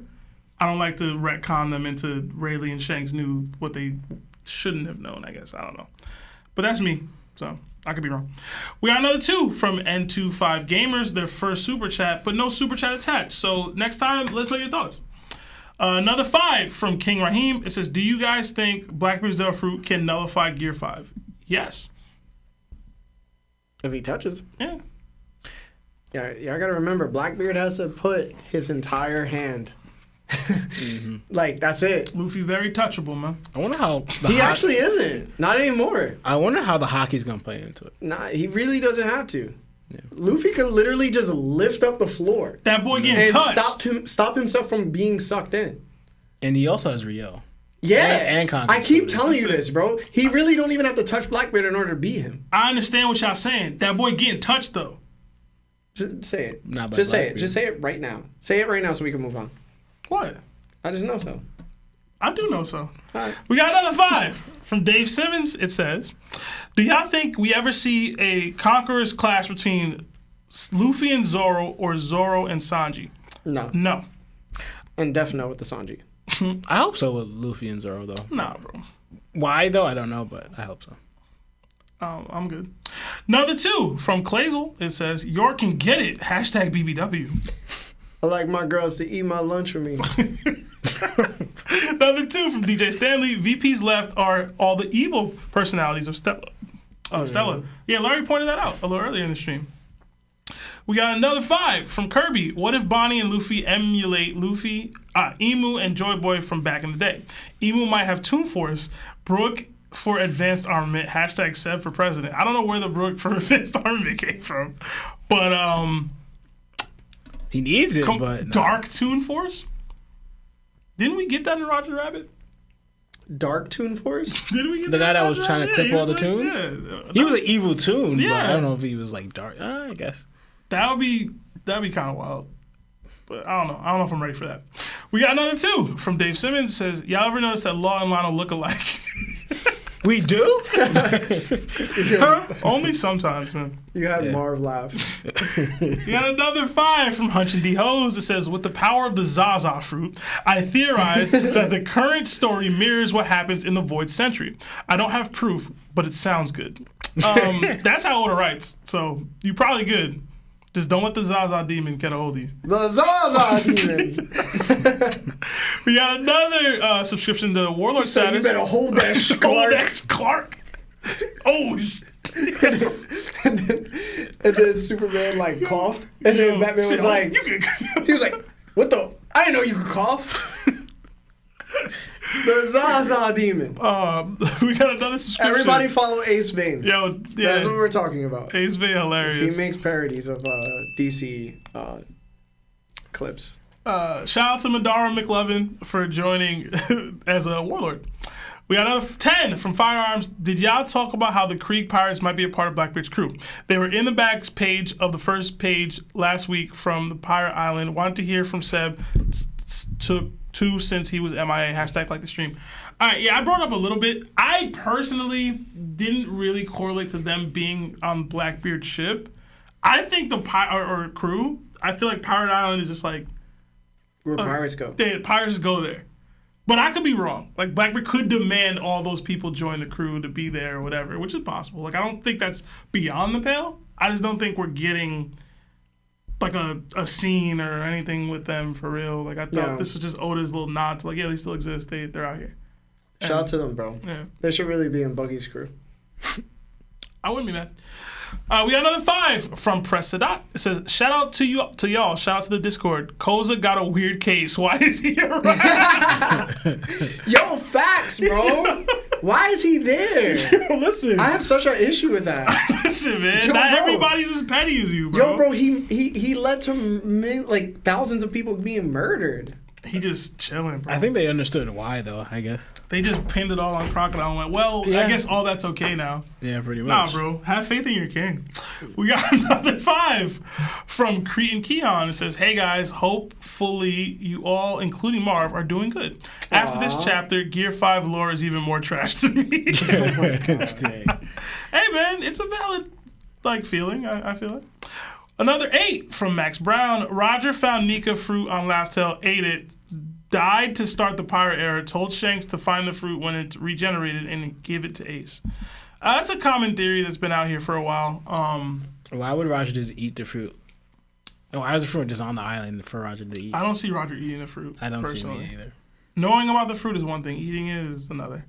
Another 2 from Off-Brand. The S-Hawk Glaze new episode crazy. He got to be YC1. Larry said we can't talk about it. We got to wait till we do a live reaction to it. So it was pretty fire, though. Did you see it? No. Yeah, it was pretty fire. We got another 10 from Senior Sombrero. It says, yeah, what's good, book club? Had a quick theory to run by y'all. I believe Blackbeard knows about the world sinking, and his actual goal was the Gura, knowing the Yami can get him the Gura. Maybe. They didn't exactly show Blackbeard's reaction to the information that the world was sinking. It would just continue the theme of Blackbeard knowing way more than he probably should. So How would he know? I don't know how he would know, bro. Unless he could read the pony lips and read some of them somehow. Barry's an archaeologist, so we'll know. I guess. I don't know, bro. We got another two. Anything that Blackbeard does, he should be able to, I guess. We got another two from Tyke755. Tyke? I don't know. Says Doll better than Boa. That's a hot take. That's a weird take considering this chapter. Yeah, bruh. Yeah. We got another 14-month membership to Yako status from Project Iceman. It says, I know that people have mixed reactions to Bonnie getting Gear 5 as she did, but I can just say how the evil that Saturn did with her caused him to now deal with two Nikas. Oh, sweet, sweet karma, LOL. Yeah, I brought that up a little bit. Yeah. It's poetic justice to me. I wanted to see his reaction a little bit more. We got another 5 from Ghosted Nugget. It says, sup, big man Seb. Been a minute plus all of y'all give me hug. It's been hot outside in Florida. Yo, it was baking in DC, bro. Yo, I heard that like a NASA piece of a ship or a trash fell through somebody's house in Florida. And they're like suing NASA. It now. would be Florida, bro. It's always Florida. Well, they do. They have a launch site in Florida. I hope Shard's okay. Yeah, that's crazy, right? Yeah. Imagine something just flying through your roof and hits you in the leg, and like now you don't have a leg. They lost limbs? No, I'm saying. I'm about to. Jeez. I just got real dark. My yeah, man. I hope they good. Hope they good. Yeah, word. We got another 5. Yo, it's perks to being in Jersey, bro. We got another 5. It's from No One Special. It says, at this point, Bonnie is the MC now. She can just continue in Luffy's place, and the rest of the story means nothing. That's a wild. See, again, like we said earlier, like Bonnie's gonna have limitations the same way Luffy has limitations. Yeah, bro. And her limitations gonna be more so than Luffy's. Listen, bro. Even Toki had limitations. Yeah, bro. Yeah. She can only go forward. She couldn't even go back. Yeah, bro. And like, Bonnie's dream is to find the One Piece. Like, Yeah. I don't know. Anyway, we got another 2 from Off-Brand. Seeing Bonnie most free after trauma makes me happy. It made me happy too. Yeah. Another 10 from Creator Keon. It says, Creator Keon, I'm sorry. Oda does not show enough of Bonnie using her powers to convince me that in one go she can access the highest levels of a person's power, even though this power has been gained only twice in the story. So again, with this, I get that. But again, her entire premise of her fruit is I can achieve and have these distorted futures into anything that I believe. And whether or not, like, my belief in that thing is strong impacts how efficiently she can do it. So if she's actively seeing Nika and taps into a future where she's like this, I want to be the most free, this is what her view of most free is. You know? Like, The less she believes in reality, the more her power works. And, like, Luffy's really showing her reality is warpable, like, actively. So... Like, I feel like a lot of people have to go back and look at what the explanation of what her devil fruit actually is versus like, oh, we don't like that she's doing this. Yeah. But, again, I'm not saying you have to like it. I don't love it either, personally. There's parts of it that I do love. Like I said, the Saturn and Kuma aspect of it, the story aspect. But the transformation itself isn't that crazy to me. And why are you trying to restrict people, you Gorasays? You suppressors. Let people be free. Slave owners. No, Jeez. We got another 5 from Bruno Azorlo. It you says, just start walling out. we got to see Luffy and Bonnie play tennis with Saturn. That would be funny as hell. Oh, man, that would be funny. Another 5 from Hunch and D Hose. Maybe believing in Nika gives you the belief in yourself to be who you want to be or need to be. Hashtag Zaza Fruit. Hashtag TOPT. Hashtag I'm pushing my Croco agenda. Hashtag I don't know what to type next. These Nikas be crazy, man. Another 5 from Creator Keon.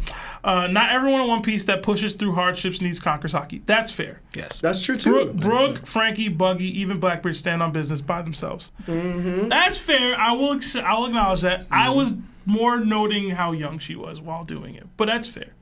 I will accept that. We got another 1-month membership to, or gifted membership from Cuddy Flam. So whoever was able to receive that, throw a W in the chat. Or knock my fist in the chat for Cuddy. We got another 20 from Kyle Lineberger. It says, or Leonberger. Long-time listener, first-time super chatter. Not to jump on Seb, but Yamato's popularity makes sense when you think of how our real-life heroes that we don't know but revere based on stories told to us secondhand. Hashtag bang bang Bucky Gang. Hashtag top goats. That's fair too. Personally, in a manga, I'm not trying to see about secondhand goats. especially when I saw it. I saw you putting in the work. Again, I think it all just comes down to my dislike for how Wano ended, personally. Like, I wanted the people to see Luffy, Yamato, Momonosuke, and the crew all doing the thing. They just kind of were told afterward via Momo's retainers. I didn't love that. Firearms with the 20 gifted memberships. Thank you so much for everybody that's receiving it. Yo, throw a knock on the fist in chat, please. W Firearms, big time. Thank you so much for the 20. Thank you. Seriously. Another 5 from James Franklin. It says, Luffy is a god. He liberates people for food, offering slaves, people that serve him, his crew, and is empowering people that believe in him now. He's definitely emulating that. We got another. You want me to read? No, I got it. Another 2 from Bonesaw 3 Men. It says, who in Egghead? Nikas. That'd be wildin'. Another 5 from Cuddy Flam. Is there anybody in the Straw Hat Grand Fleet that can defeat a Straw Hat member? Hashtag the bot uses cola. Usopp losing. Yeah, Usopp losing to to Cavendish, bro. Dude, he Or loses to Bartolomeo. Yeah, Cavendish is What's the crazy. Wappo? Sai. Yeah, Sai. There you go. I will say, Juden's in there. I will say this: Luffy has a chance against these people, in my opinion. Usopp has a chance against these people, in my opinion. But He doesn't have a- shouldn't be favored. Like, he's losing. Nah, he's winning against Leo. Bartolomeo body him, bro. Yeah, Bartolomeo body. Yeah. Yeah, that's Hydruden's there. He's bodying him. I don't know about Hydruden. He might have some plants that, like, he can, like, do something to Hydruden with. I was shocked that you said that, It's considering your giant take. It's you're Usopp. saying Hydruden would body Usopp? Yeah. Oh, I thought you said the other way. Yeah, no, I'm Okay. saying Oh, okay. Usopp might win that. Okay. Yeah. He Oh remember. no, but yeah, you think the Giants are weak? That's what I'm saying. I said they haven't had the best showing. You said Usopp. We not going there. Yeah, Usopp. It's Usopp. Another 5 from Dope. It says, remember when people thought Bonnie was Zoro or Luffy's mother? LOL. Y'all think Saturn made Nika 200 years ago? Or was it something else? Something else? Hashtag top number 1. Hashtag BBC ever. I don't think Saturn made Nika. No. I don't think so. No. So apparently, I wanted to say this earlier, but I forgot. But so the war started 900 years ago, and then it ended 100 years later. So there's a void between the 9 and the 800 years. So if Joey Boy was indeed a regular person, he would have had to have been at least 110 or 120 throughout the void century.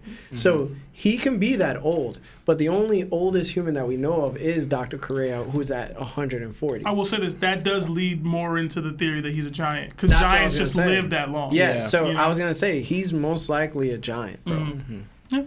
Especially because if, let's say, like, he lasted 70 years, why did they keep the rest of the 30 years closed? He must have been fighting.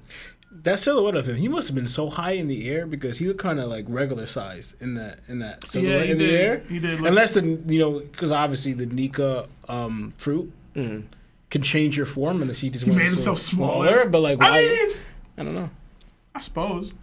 We got another 10 euros from Reiner. It says, is Bonnie turning Gear 5 the culmination of Kuma's story and dreams of freedom, and or Luffy's powers affecting those around him? Perhaps also the sea at the heart, amping distorted future in a way. It's both. And that's the point. Kuma started to believe in Luffy in this way as well, himself. So, like, he basically bet on Luffy to be Nika. Right. He was right, and it actually turned Bonnie into Nika as well. So, or a Nika. We got another 2 from John Bendetto. It says, Blackbeard is greater than Shanks. Oh my God, just skip the pass. Take your money back. Thank you, John. That was his first super chat. That was also Reiner's first super chat. A lot of first super chats today, so thank you. Yeah. We got another 5 from Mr. Prince. It says, I be wanting to defend Larry in the X replies, but it just ain't worth it, dog. X replies. Twitter. Yeah, Twitter and Facebook are like the most heinous, evil people of all time. You can literally point out something that the sky's, like I've said this before, the sky's blue. Somebody be like, yo, fuck you, bro. I'll tell you this right now. Y'all don't ever have to waste energy trying to defend anything me, Larry, Lawrence, Solano say on Twitter. Yeah, bro, don't do it. Y'all don't gotta do that. You gotta look at it at this point. They comment and they boost our post. Bro. That's the, you know what I'm saying? Yeah, I'm gonna do that, man. Just hit that like button. Yeah, just hit the like button. That's it. Just hit the like button. We got another 5 from 𝙏𝙗�10. It says best One Piece talk group. Fire with a 100 emoji. Prime thank Ray versus Shanks. I personally have Shanks. I do not know. That's a good one. It is a good one. Prime Ray.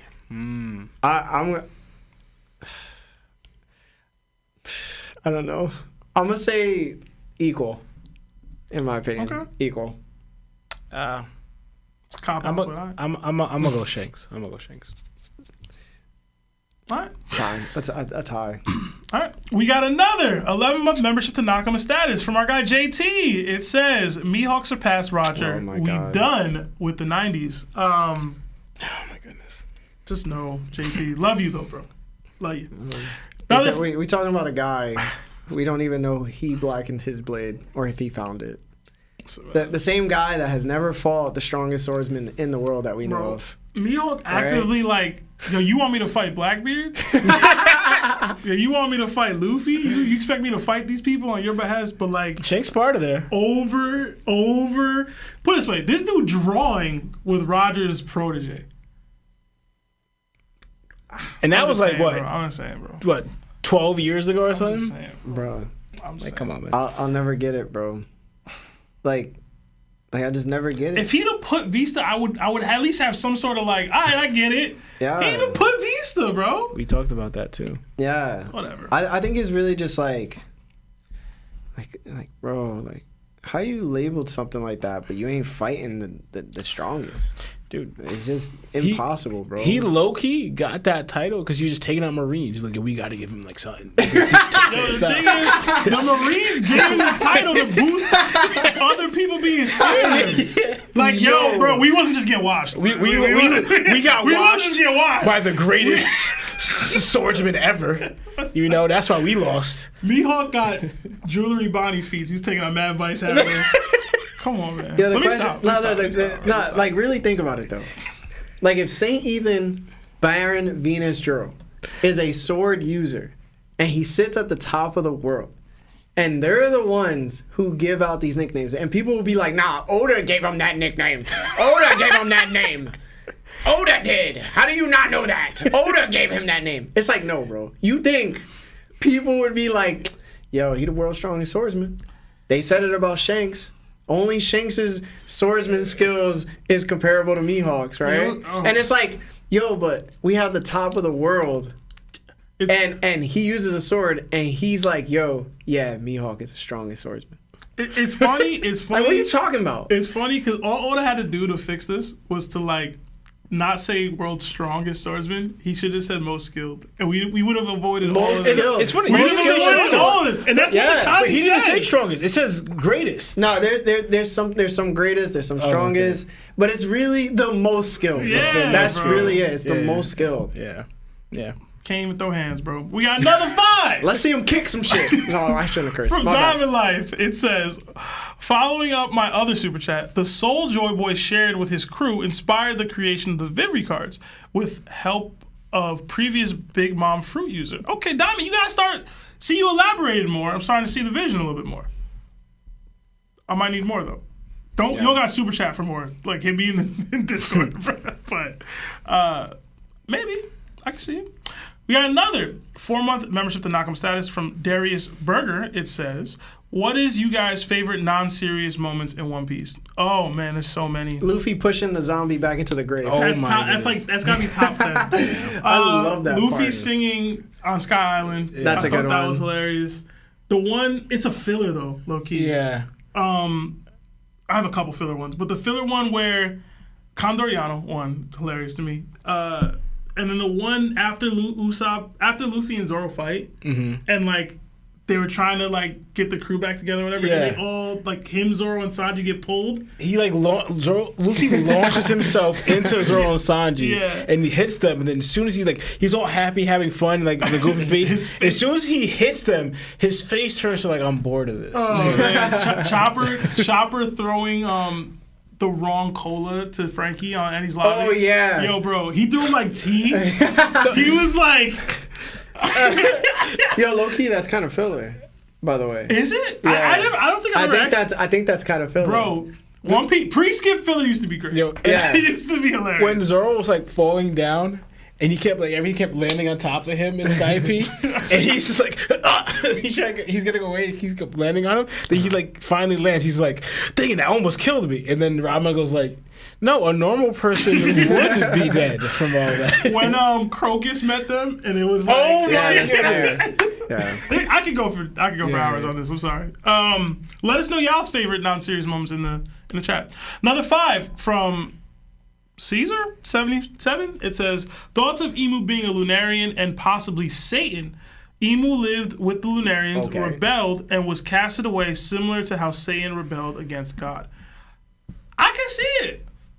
I can see it. I don't see no wings, but Yeah. I think that's too much on the head, to be honest. It's too obvious. It'll be interesting to find out, for example, if all of them left, the 20 kingdoms, or I guess 19, because it's 20 total, but 19 left. Where was his Emu? Was like we saw Doflamingo's original. where was the Norona Kingdom originally? Yeah, exactly. That'll be interesting. God It's probably Valley, maybe? underwater. Underwater, maybe? That's true. It might be underwater now. It might be underwater now. Yeah. We got another 5 from Miyagi. It says That might be actually where the One Piece is. Norona, like where it is. Interesting. Like Raftel is actually Norona? Mm-hmm. Like the Norona Kingdom's land? Yeah. What better place to put this treasure than in the enemy's home where he least expects it? So Emu probably had the destination all along. Maybe. Gotta bring me back to my hood. We got another 5 from Miyagi. It says, I think anyone can achieve Nika's state, and those who try but fail end up having their desires turn into devil fruits instead. Interesting. I don't know about all that, but interesting. Well, you know what? It's crazy because Lawrence had a similar idea to something I had earlier, where that anybody could be the chosen one with their devil fruit. They just have to match completely the will of the devil fruit, which then unlocks a certain level that's not usually obtainable. The same way, like, the Nika fruit wouldn't have been able to work with Luffy if Luffy wasn't who he is. Right. Yeah. So it's similar thought process, though. Yeah. Another 5 from Taiki. It says, what's y'all favorite heartfelt moment in One Piece? Fujitori's inner monologue about Luffy's smile is mine. That's a good one. Heartfelt moment in One Piece. Belmare refusing to say that they were her That's kids. Such a good one. That yo. one, yeah. that one was. It was like the first like heartstring that I was like, man, Yeah. they got me. Chopper and Dr. Hiralook. I would say Rosinante telling Law he loves him. Let's go on. Honestly, because it shocked me because the way they planned it out so much on on Zoe. The entire time they're just like because it made Jack and them seem like the most evil, unreasonable people ever. You mean when Inuyasha and When they Nekamamushi Raizo don't know say the that six. Raizo don't know was the there? six, yeah. that was a good one. And then what they say? They was like something like they wouldn't say anything about their Nakama. Yeah. Something like Yeah. that. Yeah, because Like they wouldn't give up their Nakama. also the way Oda captured like the Straw Hat's face, especially Zoro's. Like he couldn't believe it. He was just like you, and then Frankie always gonna cry, but Usopp and Zoro's face when they heard the truth, like Usopp couldn't even understand it. Zoro was just shocked, like no way. I gotta go back to Ennie's lobby, I was gonna say some Ennis Lobby stuff. Mary ship. But that's sad moment. We're talking about It's sad, but it was heartfelt too. Like that's them saying bye to Mary. I would say that Zoro telling the crew that he'd leave. Like if they accepted Usopp back. Yeah. Like that's a heartfelt moment that Luffy had to put into perspective. Luffy getting Usopp back. And not even just that. Usopp calling out to Luffy, telling him that like this isn't hell. Like that was so good, and I have so You many mean reasons for why. Luffy to get up against Lucci? Yeah, That was dope. dude, Yeah. it That was was so dope, much dude. because it's basically like, yo, I left because I thought you were too strong, and you're basically showing me that you're not. So stop, so we can get up and come. Like it was like, You know what? there was so much there. I'll say one thing about Whole Cake with Sanji and the even though I don't like it. No, yeah. Sanji going up to Luffy and Luffy eating the bento box Yeah. of destroyed food, and he says it's still good. I love that you. And then Sanji just ends up trying to like smoke. Yeah. to refuse to cry. Yeah. And then he just, Honestly, there's a was lot sad. in that one. That was a good one. There's a lot of whole cake. Yeah, there's a lot. Yeah. And how we not say Kuma Luffy? The whole Straw Hats disappearing. Yeah, I mean that's heartfelt is different. That was like dramatic. I would say Luffy realizing that his crew is still alive. Oh man! After bro. Jinbei had to like check him. I still have my friends. I still have my Nakama. Yeah. There's was a lot, crazy. bro. Ace, thank you for loving me.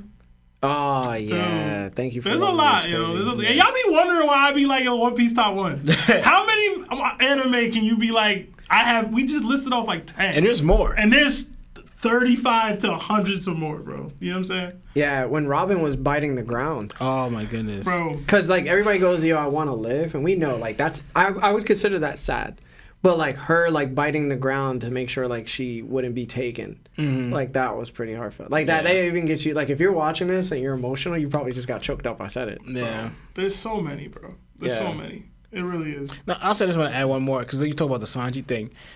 One back when Sanji was actually attacking Luffy, that other because like all that stuff that I was angry, bro. I know, but I was angry. It wasn't heartfelt for me. you know what I mean? It's like, I was it's like, I wish Sora was here. Whoop his ass. no, because like what Sanji was going through, because Cracker was talking so much trash about like Sanji and everything, and Luffy was defending him, and he legit says like stuff that Sanji was saying, like get away with all of that, and Luffy legit defends Sanji, saying that Sanji will never say that or do that to me, And he did it. and then he does everything that Cracker says, and You then, know, then Sanji breaks down. I got one, and it's not sad and it's not too happy. It's when Luffy is sitting on the edge of the ship, and he comes towards Sanji, and then Sanji is brightened by telling him about the all blue. And then Yeah. Zeph, Oh my God. and then That's Zeph, so good. Zeph looks over, and he's just happy to see Sanji Bro. talking to somebody about his dream. That's heartfelt and it's beautiful. It's a Yeah. Bro, beautiful. Baratier is so good. Yeah. Like after That was a good one. No, it's so good, bro. Yeah. We gotta stop. We gotta stop. Yeah, we gotta get through these super chats. We ain't got much time left. Sorry guys, we're not doing phone calls. But if you haven't liked the video yet, please like the video. I believe you shout out Firearms 20 gift Yeah, I memberships did already. that, So yeah, thank yeah. you. We did get $4 from Dope. 2 of those dollars got retracted from whatever you was saying. It'll be wildin'. But another 2 says Nika's be wildin'. Larry's best take ever. We got another 2 from Cuddy Flam. It says, could Bonnie be a world government experiment gone right? Seemingly is. Technically, yeah. Yeah. We got another 2 from creator Keon. Think Egghead will be done by the end of the summer. Supposedly we're gonna be in Elbaf by, I think they said October. Yeah, So- it's like October or December, November, one of the something two. like that. But the way it's looking, it looked like we might be there a little sooner. Yeah, I mean, It depends what happens. yeah. Because we might go from this to something completely away out. from the Straw Hats. Exactly. Yeah. Yeah. We'll see. We got another 5 from JT Wokes. It says, can't wait to call in my Shanks theory on the 1123 stream. Hashtag book the club. We apologize. Yeah, bro. Yeah, we apologize. Listen, bro, it's a lot of super chats. We couldn't do anything about it. Yeah. Another 4-month membership to Nakama status from Mama Kid. It says, pre-time skip Gara? Or is it post-time skip? It says PTS, so I don't know. Post time skip Gara. Or Alabasta Luffy. It couldn't Hashtag like be- the stream. Yeah, it couldn't be pre-time skip. I mean, that it Alabasta could go Luffy? either way. If it's Shippuden Gara Alabasta Luffy. and Alabasta Luffy, I'm going Gara. Gara could put him in like a coffin. I feel like Gara is better with his sand than Crocodile was. Crocodile just is sand. Yeah. Like that was the shtick, right? Like I can't hurt you. Gara can be hurt, but he's better offense defense. You know, I don't know. To me, the biggest problem is just that Luffy getting to him because he's protected by the sand. Can Luffy get past that? This is like Iron Sand Gara. He was using like gold sand. Gold sand? He never used iron sand Oh, from yeah, what I okay. noticed. Yeah. I'll go Gara. Yeah, you can't. You gotta Luffy go. was very beatable back then. Yeah. He was Yeah, very beatable, bro. We got another 5 from McDonald's. It says, what's crazy is Blackbeard is trash. And he still has Jesus, more bro. on-screen feats than Mihawk. Hashtag stop the me-gag Mihawk gap. Yeah, What? we can't do What? that. What? We can't go that crazy, bro. He's not that trash. His point was that he still has more on-screen feats than Mihawk. I understand. But But still, that's wild. We got another. We saw what 𝑆Hawk did to Blackbeard. We got another 5 from Terrence Matthews. It says, "What non-Zoan fruits do you think would work well with Rokushiki? Obviously, the blade fruit is a good one." That's a good one. I feel like everybody can use some Rokushiki techniques. I'm gonna be honest with you. Like, Yeah. you're not hurting anybody from adding that into your arsenal. Robins. Sugars. Yeah. Listen, I'm trying to think of in conjunction with the fruit, like modifying your body and then utilizing it. Buffaloes? Hey, Jesus burgers. Yeah. Real talk, Van Augers. You teleported and you just you just teleport somewhere else and just start shaving. I'm trying to think. You think if Cracker had Rokushiki techniques, he could have his biscuits do them? Oh yeah. Yeah, that would be That'd be crazy kind of too. crazy. Yeah. It's like I'm clapping and the biscuits could just kind of, you know? Yeah. Yeah. Maybe he'd be 𝙁flamingo then. Maybe. Number 5. Another 2 from Tyke. It says, "Nah, Sanji beating Luffy was a pure rage moment." I feel you. I feel like we got the emotion later. In the moment, it was like, bro, what you doing? Another 1-month membership to Shichibukai status from Toxic Tastes. Their podcast, right? Toxic Tastes. Who? Toxic Tastes. Am I tripping? I'm not too sure. No. Oh. Not that I know of. Love being a part of the best book club, man. What a chapter, right? Yeah, it was pretty great. And then another 2 from Off Brand. It says, "Y'all best going to need another stream this week." I might be busy Wednesday. So I don't know. But that's all the super chats. So Yeah, we Thank you. probably would do another stream. I was thinking about doing more streams anyway. So, but I do want to say thank you to everybody for joining us on this chapter review. If you haven't liked the video, please like the video.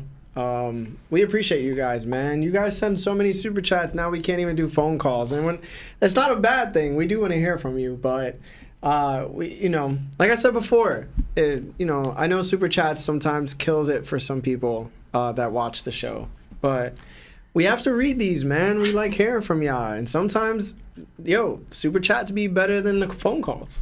So, yeah, we was chatting today. Yeah, and we was chatting. There's this chapter, even though it was super short. Oh. We got another 50 from our guy, Mr. Music Major.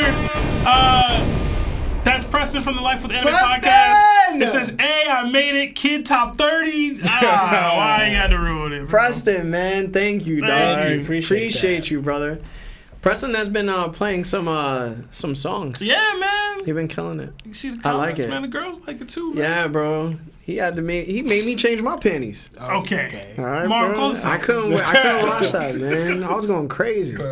Subscribe to the Life with Anime podcast. Yeah, subscribe to the boys, man. Other than that, thank you so much, guys. My name is Larry. Lawrence. Sam. And this is that One Piece Talk with Lino. Take care, Jana.